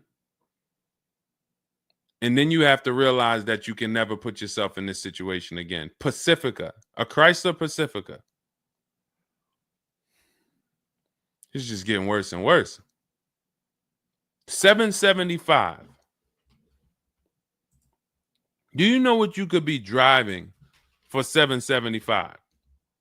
See, the used car leases. Why the used car leases? They don't even make financial. It's not even like a huge financial win.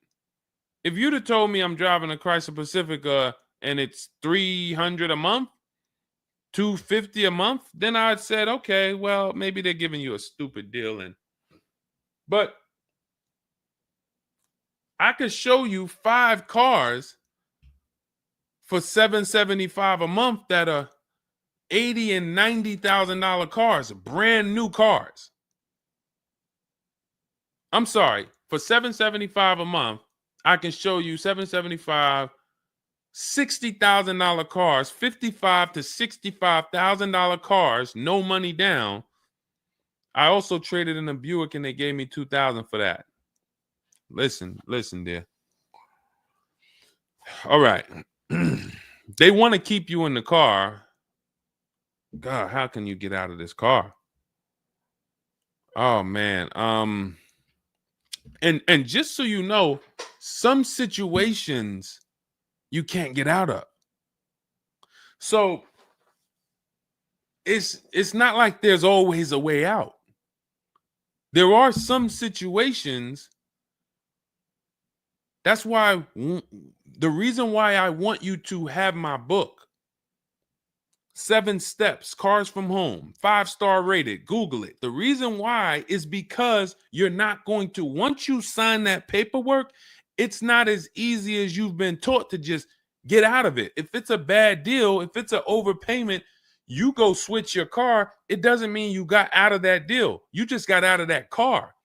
You rolled over the negative equity to this deal. Car deals are like, once you sign them, the damage is done.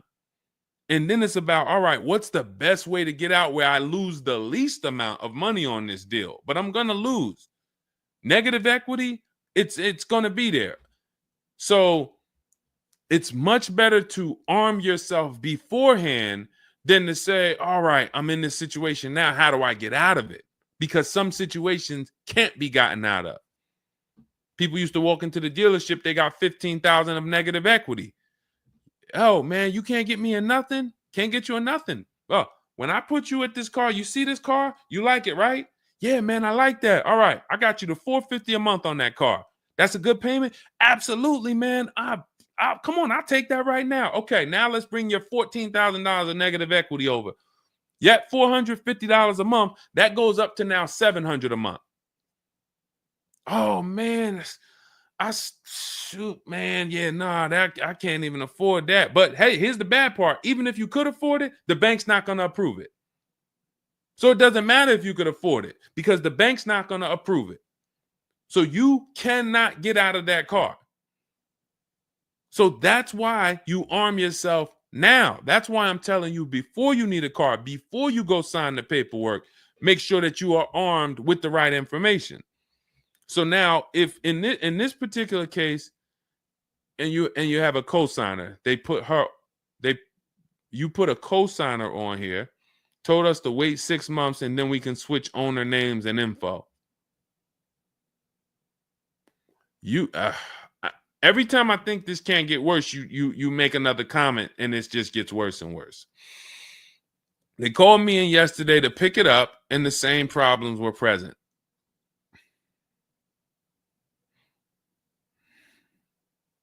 Good Lord. I'm almost stumped. Okay. All right. All right. You need to find out how many miles are on this car?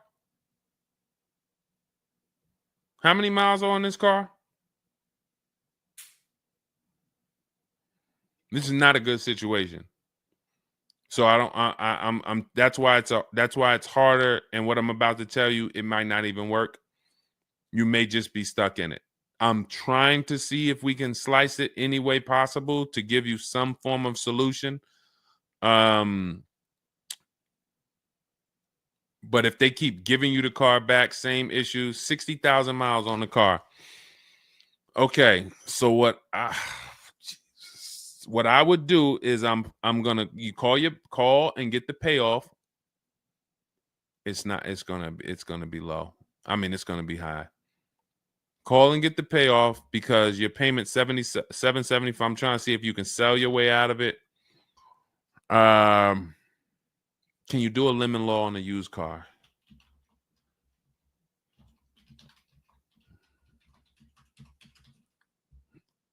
Let's see. Yes, some states have lemon laws that cover used cars, but the specifics vary by state. What state are you in?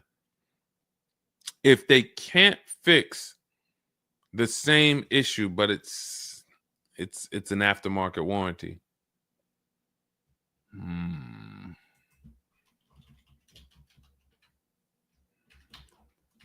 What state are you in?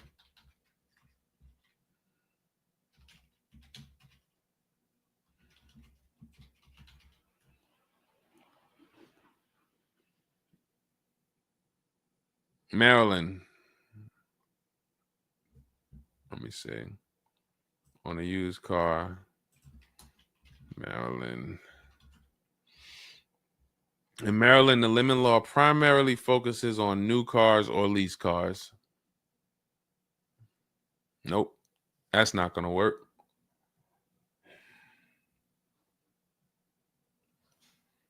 Jeez. I'm gonna be real with you. You could shoot me an email. I don't know if you can get out of this. You know, a contract is binding. You sign a contract. And let me tell you this. I don't know if you can get out of this without losing. You could just stop paying the car, have a repo on your credit. A lot of people will do that. I'm going to drop this car off, take your car back, voluntary repo, credits tore up. Not a good solution. It's going to cripple you from moving forward with cars. It's going to make it hard for you to get your next car. And then when you get a car, it's going to make that deal is going to be bad. How long is the lease? So this is just for those of you who are just joining us. We have this young lady got she leased a used car. Don't do this.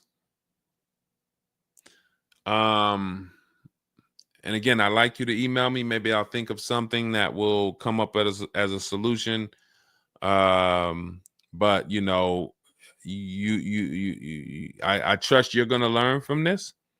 It sucks. It's a horrible situation, and it's evidence of how bad certain bad structures can be.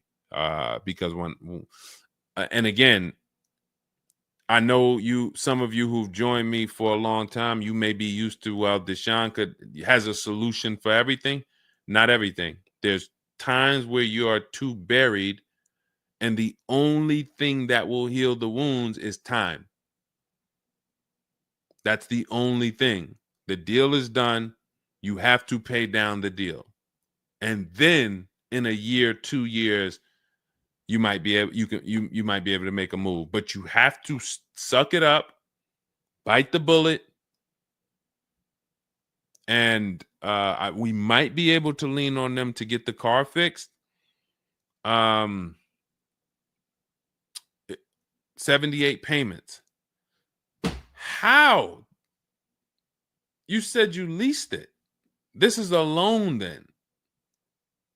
This isn't a lease then. 78 payments. You're in an 80-month loan on a Chrysler Pacifica paying $775 a month.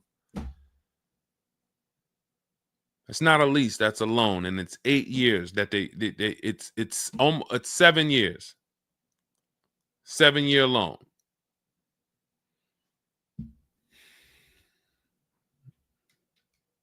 I mean, this is why I do what I do. You know, like, I don't want you thinking, okay, maybe you don't sign, maybe you don't make a mistake that is this serious, but this is cars. When I'm breaking down these big numbers and I'm throwing out these big numbers, oh, this is a $4,000 mistake. Oh, if you don't do this, yep, you're looking at about $4,000 or $5,000 you're gonna leave on the table. You take a loan that's too long, yep, you're gonna overpay by probably about $4,000 or $5,000. That might sound like nothing to you, but how I'm telling you based on me being in dealerships and seeing situations where I'm like, you made a lot of mistakes. You combined all the mistakes and you made them. So I mean, I'm just Jesus. So you're in an 80-month loan, not a lease, and you have $775 a month to pay. You are. So that means that loan, just to give you an idea of how much you've paid, you've been charged for this car. It's $775 a month times 80 is $62,000. So we're paying $62,000 over 8 years, over almost 8 years, or almost 7 years. Wait, 80 months, not 84. So yeah, almost 7 years for a Chrysler Pacifica. So we can't trade out of it. We can't sell our way out of it. That car is probably worth $20,000 at best. 2021 Chrysler Pacifica, 60,000 miles on it. That car is probably worth $20,000. But they charge you're going to end up paying $60,000 for it. Jesus.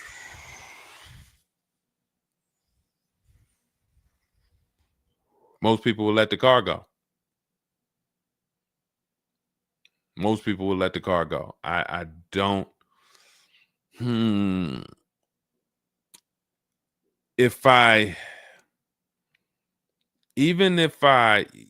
you run your negative equity, that is exactly what it's saying. 62,000.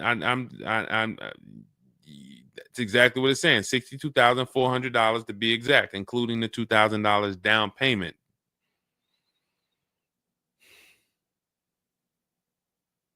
What's the name of this company that you did business with? My friend will not let that fly. That is one of the worst car transactions that I've ever seen anyone in. And your friend is on the deal with you as a co-signer. This is level 10 out of 10 bad. Rich Morton Mazda.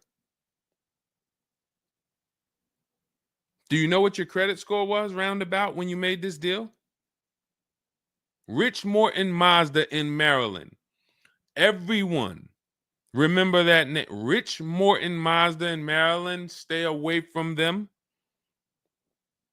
This is one of the worst deals I've ever seen. She is the main person they told me I could not sign the papers.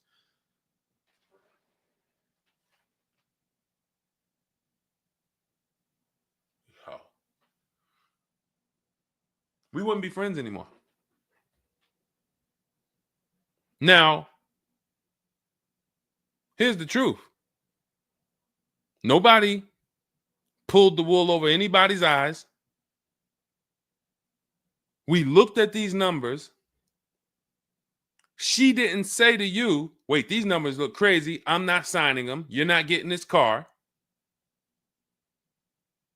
Both of you went in there and signed these deals. So let's I'm not even going to say she's the friend, but nobody's going to say, well, y'all tied me up and held a gun to my head and made me sign those numbers, and y'all didn't even read those numbers to me.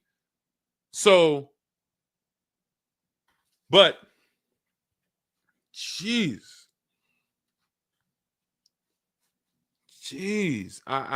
this, you're buried. You are buried in this car.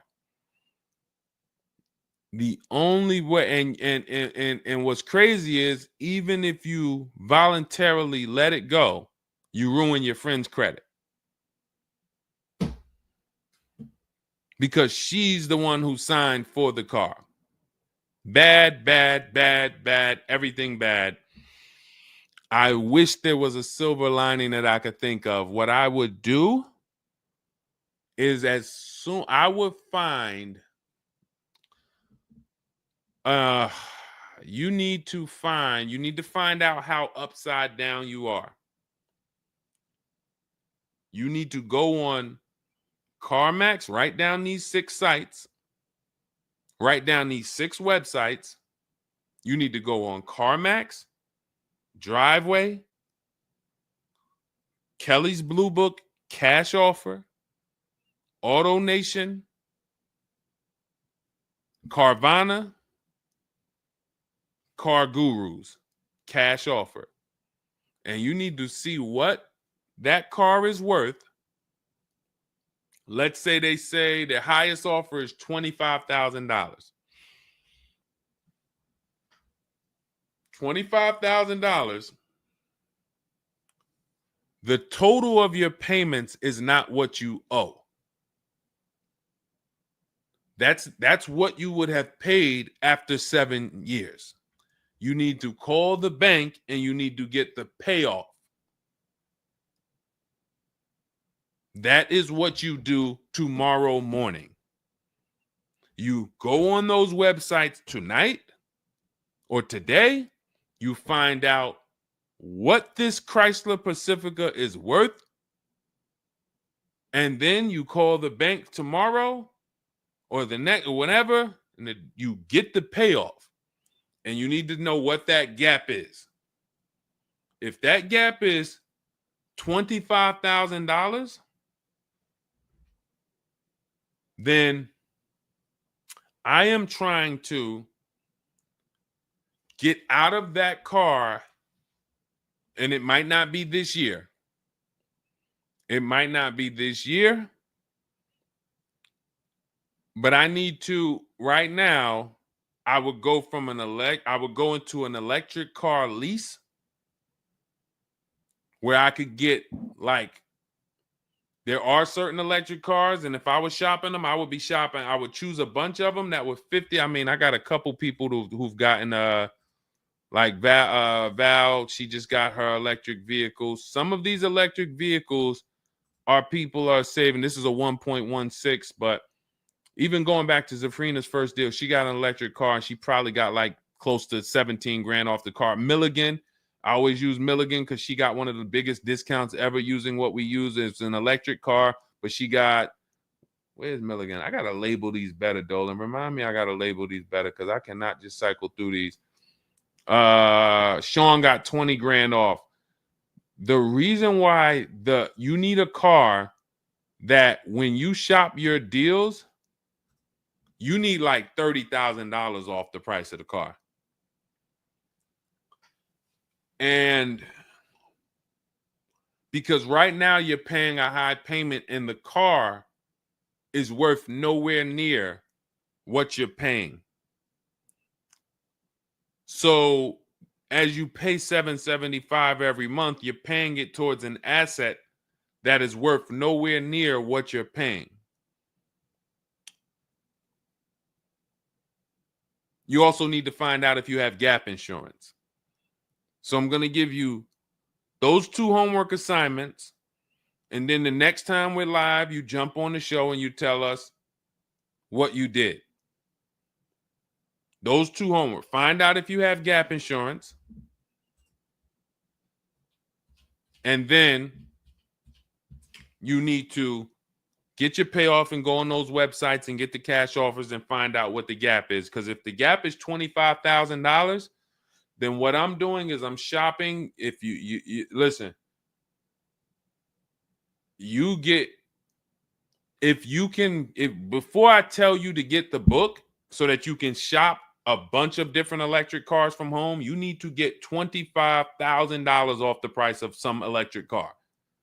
While they still got the rebate, while they still got the incentives, those incentives are going to go away. When do the electric car incentives go away? Let's see.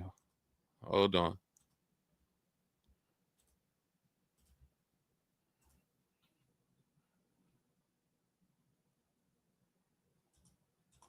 Hold on.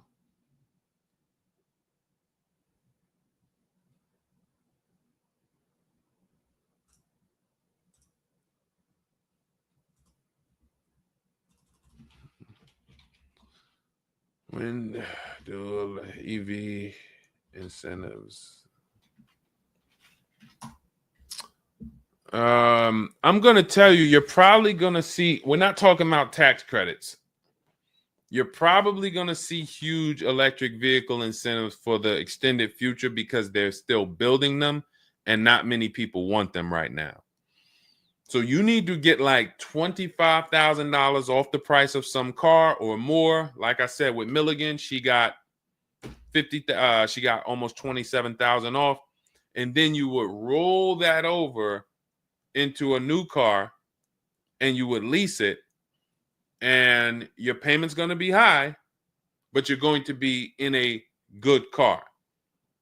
So if you lease a car and you end up with after you knock off that 25, 30, $30,000, and I would be just shopping multiple electric vehicle leases using our system. Again, at this point, you're either going to listen to me or you're not. So, I mean, I'm just going to assume you are. And you would just run multiple electric cars through our 25-to-5 system and see, all right, how much could I get off that one? Oh, they're saving me 15 grand. Nah, that's not enough. All right, let me go pick this Kia SUV. All right, how much can I get off that? Oh, 17 grand. Nope, nah, that's not enough. Oh, let me pick this one. Oh, they're giving me 22 off. All right, that's better. Let me see if I switch this car over to that, how much they would give me. And you're trying to get out of that car, but you cannot bring all of that negative equity over unless you already knocked down this new car by $20,000 or $25,000 because the bank is not going to approve it. So you need something that you can save that kind of money off of and then come over to a lease and then, all right, forget about lowering your payment right now. You could lower your payment right now. You need to get out of that car into a better car for the same payment or similar payment. You're not lowering your payment. Only way you're going to lower your payment is to get rid of the car, ruin your friend's credit. But once you do that exercise, let me know where the gap is. Next time you see me live, jump on. Hey, Deshone, I did it. The gap is like $22,000. Or the gap is $30,000. If the gap's 30, then we got to see what we do there. But the long-term plan is I need to get out of this and I need to get into an electric vehicle that I can lease for 3 years so that I can bury all that negative equity into this car. And what it's going to be is it'll be like, all right, I'll knock 25 grand off the price. Normally my payment would be stupid low, like $250 a month, because I just knocked 25 grand off this. But I'm actually just putting the 25 grand from this Pacifica back on there. So it's still going to be around 700-800, but I'm driving a brand new car. And then once my 3-year lease is up, I can actually be done with this versus being in this for 78 more months. All right. So next time I'm live, jump on and, tell me you did the homework and we can see if we can actually, try to get you to some form or fashion of some type of end. Yeah, I'm not a fan of the electric car. Can't help you. Can't help you. I appreciate you being on here, but you should have not been a fan of this. How are we in a 2020? This is the part where we have to realize you have your friend tied to this car. And I'm telling you what you may be able to do to get her out of this situation and get out of this Chrysler Pacifica. That is a car that is worth $20,000 that you have a loan on of $55,000+. And you're like, I don't like this electric car. I'm not a fan of it. I'm telling you, there's tons of them out there. We should not even have our friend on this deal. So be a quality friend. Don't be like the people who will come into the dealership, put their friend on the credit, on the credit. Hey, can you sign for me? I had one girl that would come in and she had her mom on one car, burned her mom, and they had somebody else from the church coming in here to sign for her to get another car because she burned her mother's credit. Didn't care about nobody. Do not be that person. You have someone tied. Your friend was nice enough to be on this horrible, terrible deal with you. Now you need to do something to show her you are trying to get her out of this deal, regardless of how you feel about the car, because you should be feeling terrible about the Chrysler Pacifica that you're in that we have an 80-month loan on. She is the one who put us in this situation and we are trying to go the best route. So how are you in the deal? Does the lease go from the day you got it to the anniversary day? It goes usually 3 years. How are you in the deal? When you're saying your friend is the one that put you in the situation,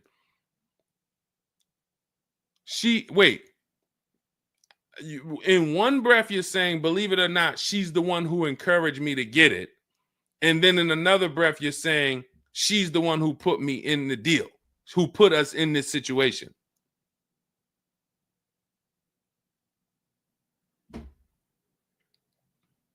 I don't care who put you in the situation. It's a horrible situation.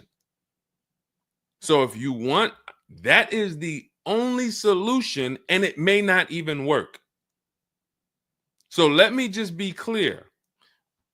Lots of people on the show that seem to be very interested in your story. This is a very interesting story. There's not many times I had to jump on this show and hear something where I'm like, you're probably not going to end up with another car. You're probably going to be stuck in that car for at least 3 years, paying down the balance because you owe too much on it.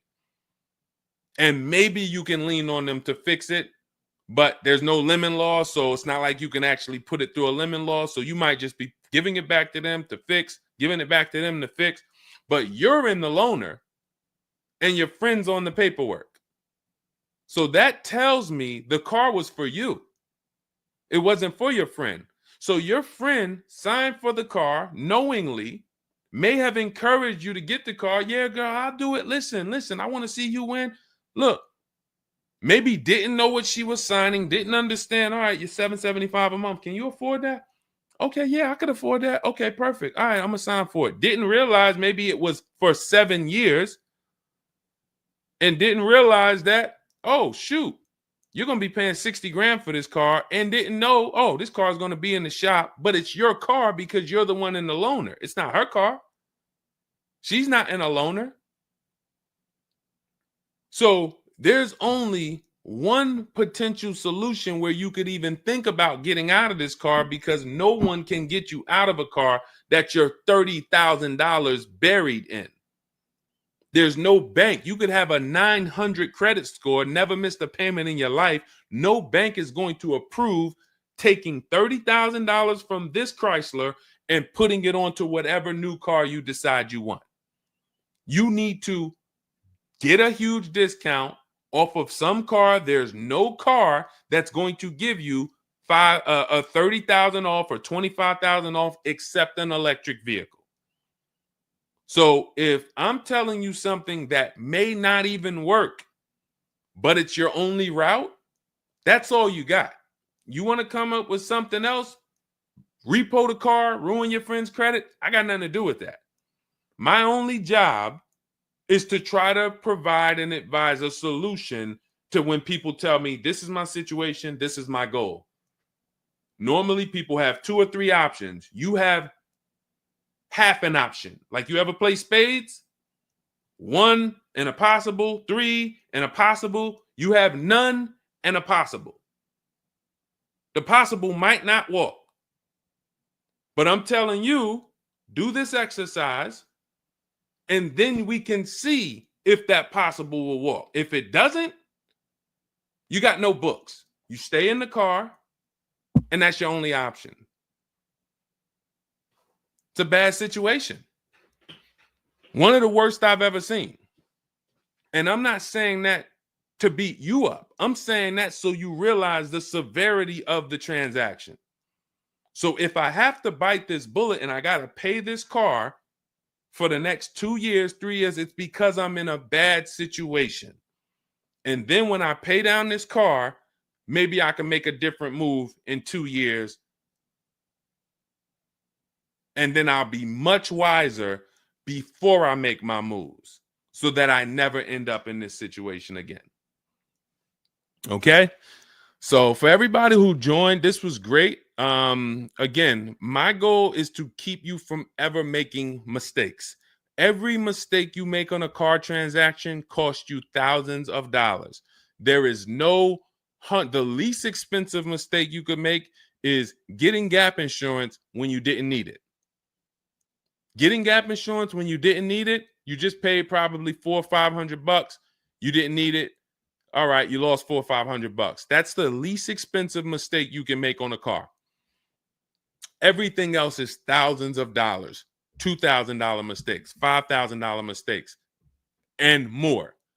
So you can avoid every mistake by having a step-by-step checklist. If it's in Deshone's book, I do it. If it's not in his digital book, I don't do it. So there's no way I'm going to make a mistake. That's okay, TJ girl. We'll be back tomorrow. If I'm giving you a checklist, check, do this, check, check. You're doing everything I say do. There's no room for a mistake. You're not following an almanac. You're following a checklist. That's why my book is called Cars from Home, 7 Steps to Saving Time, Money, and Avoiding Dealerships. Step 1 through 7, check them off. You do car transactions mistake-free. You don't miss any money with your financing. You don't buy bad cars. You don't do anything that you're like, oh, was this good? No, it's a checklist. So normally it's $97. It's a digital book. So you can have it in your inbox in about 5 minutes, and you'll get it for 75% off as part of our welcome offer in my TikTok bio, Instagram bio, Facebook comments, or the YouTube comments. There's a link there. Just get there before that 2-hour countdown expires. Once it expires, it goes back up to $97, which is still worth every penny. You spend $700 on a home inspection. Why do you spend $700 on a home inspection when you might not even buy the home? Inspector might come back and say to you, you know what? Hey, listen, I got the report for you. Just so you know, that roof needs replacing. Those boards, the electrical system in the back, there's a lot of stuff that's not up to code. And then in the basement, you got some water coming in through the foundation there. Listen, house needs a lot of work. Here you go, $700. You and your family might not buy that house. Do you say to yourself, man, I wasted that $700, man, we could have kept our $700? No. You say to yourself, man, I'm glad we got that home inspection, man. We would have been in trouble. So this is how we approach cars. This is how people who I show you throughout the stream approach cars when they're working with cars from home. They're like, I want to make sure that if I can spend $24 and get Deshone's book, and that is my form of a home inspection, that's me guaranteeing I don't make a bad move, then I'm going to go spend that. And if I miss the $24 price and it's $97, then I'm going to go spend that to make sure I don't go out here and make a $5,000 bad decision. That's what we hold ourselves to. Thank you, Stephen Nash. Good to see you. So go grab your copy before the countdown expires. Get it for $24 instead of $97. It's in my TikTok bio, Instagram bio, YouTube comments, or the Facebook comments. And then use that step-by-step. New cars. Everything is in there for you to shop empowered, mistake-free, for you to be the prize. You deserve to be the prize. There is nothing else that you would spend $10,000 or $50,000 on, or some of you are going to get a $100,000 car. There's nothing else that you would go in spending that money on, and you wouldn't feel like you're the prize. You wouldn't go into the mall to spend $40,000 and say, y'all better get the velvet ropes. If you went into the mall to make a $40,000 decision, you'd be, hey, close this store down. I'm about to spend $40,000. You'd be bringing champagne out. All right, close the velvet ropes. Where's the velvet ropes? Everybody stay outside. This person's about to spend $40,000. But a $40,000 car, you go in and you'll take the mistreatment. You'll leave buyer's remorse. Not anymore. When you make the decision to get your book, follow these steps, you are mistake-free. You'll save all the money. And then when you drive off in your car, you feel like you're the prize. This dealer won my business. That credit union, that bank won my loan. This deal, buyer, Carvana, CarMax, Driveway, they got to buy my old car because they put the best bid up. Everybody won a bid. And that's how I know I won, because everybody competed for my business. I didn't beg none of you for anything. That's how we do. So go get your book. And if you want to get started and you're like, Deshone, you know what? Is there anything I can get started for free? Because I'm just getting to know you. I don't really know you yet. Now I want to see, then go grab my free cheat sheets. Dolan will put a link in the comments for you guys. It's Deshone's cheat sheets. It's also in my TikTok bio, my Instagram bio. And you can see what we give to people who want free advice to get you started. But if you're like, no, give me the blueprint. Give me the bang, bang, step-by-step, start to finish. That's my digital book. Go get it. And carry in gifted hands. Please check back in with us. Let me know when you do that exercise how big that gap is between what the Pacifica is worth and what the cash offers will buy. What will pay for it. And then hopefully you can get to some solution. So I appreciate you sharing the story. I appreciate you being forthcoming, and certainly we'll wait to hear from you. Thank you everybody for joining us. We've been on here for almost 2.5 hours. It was a longer show, but I hope you all got a lot out of it. We talked a lot about all different things. Yeah, that's Denzel on the bookshelf. Absolutely. I got a lot of people on the bookshelf. I got Lucille Ball on the bookshelf. I got Miss Harriet Tubman on the bookshelf. Mr. Marcus Garvey. Who knows who that is?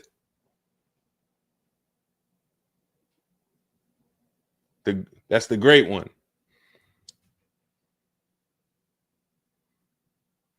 Y'all know what it is. I only have the greats around me. Alexis Chu, you don't know who that was? Who could tell Alexis who that last person was?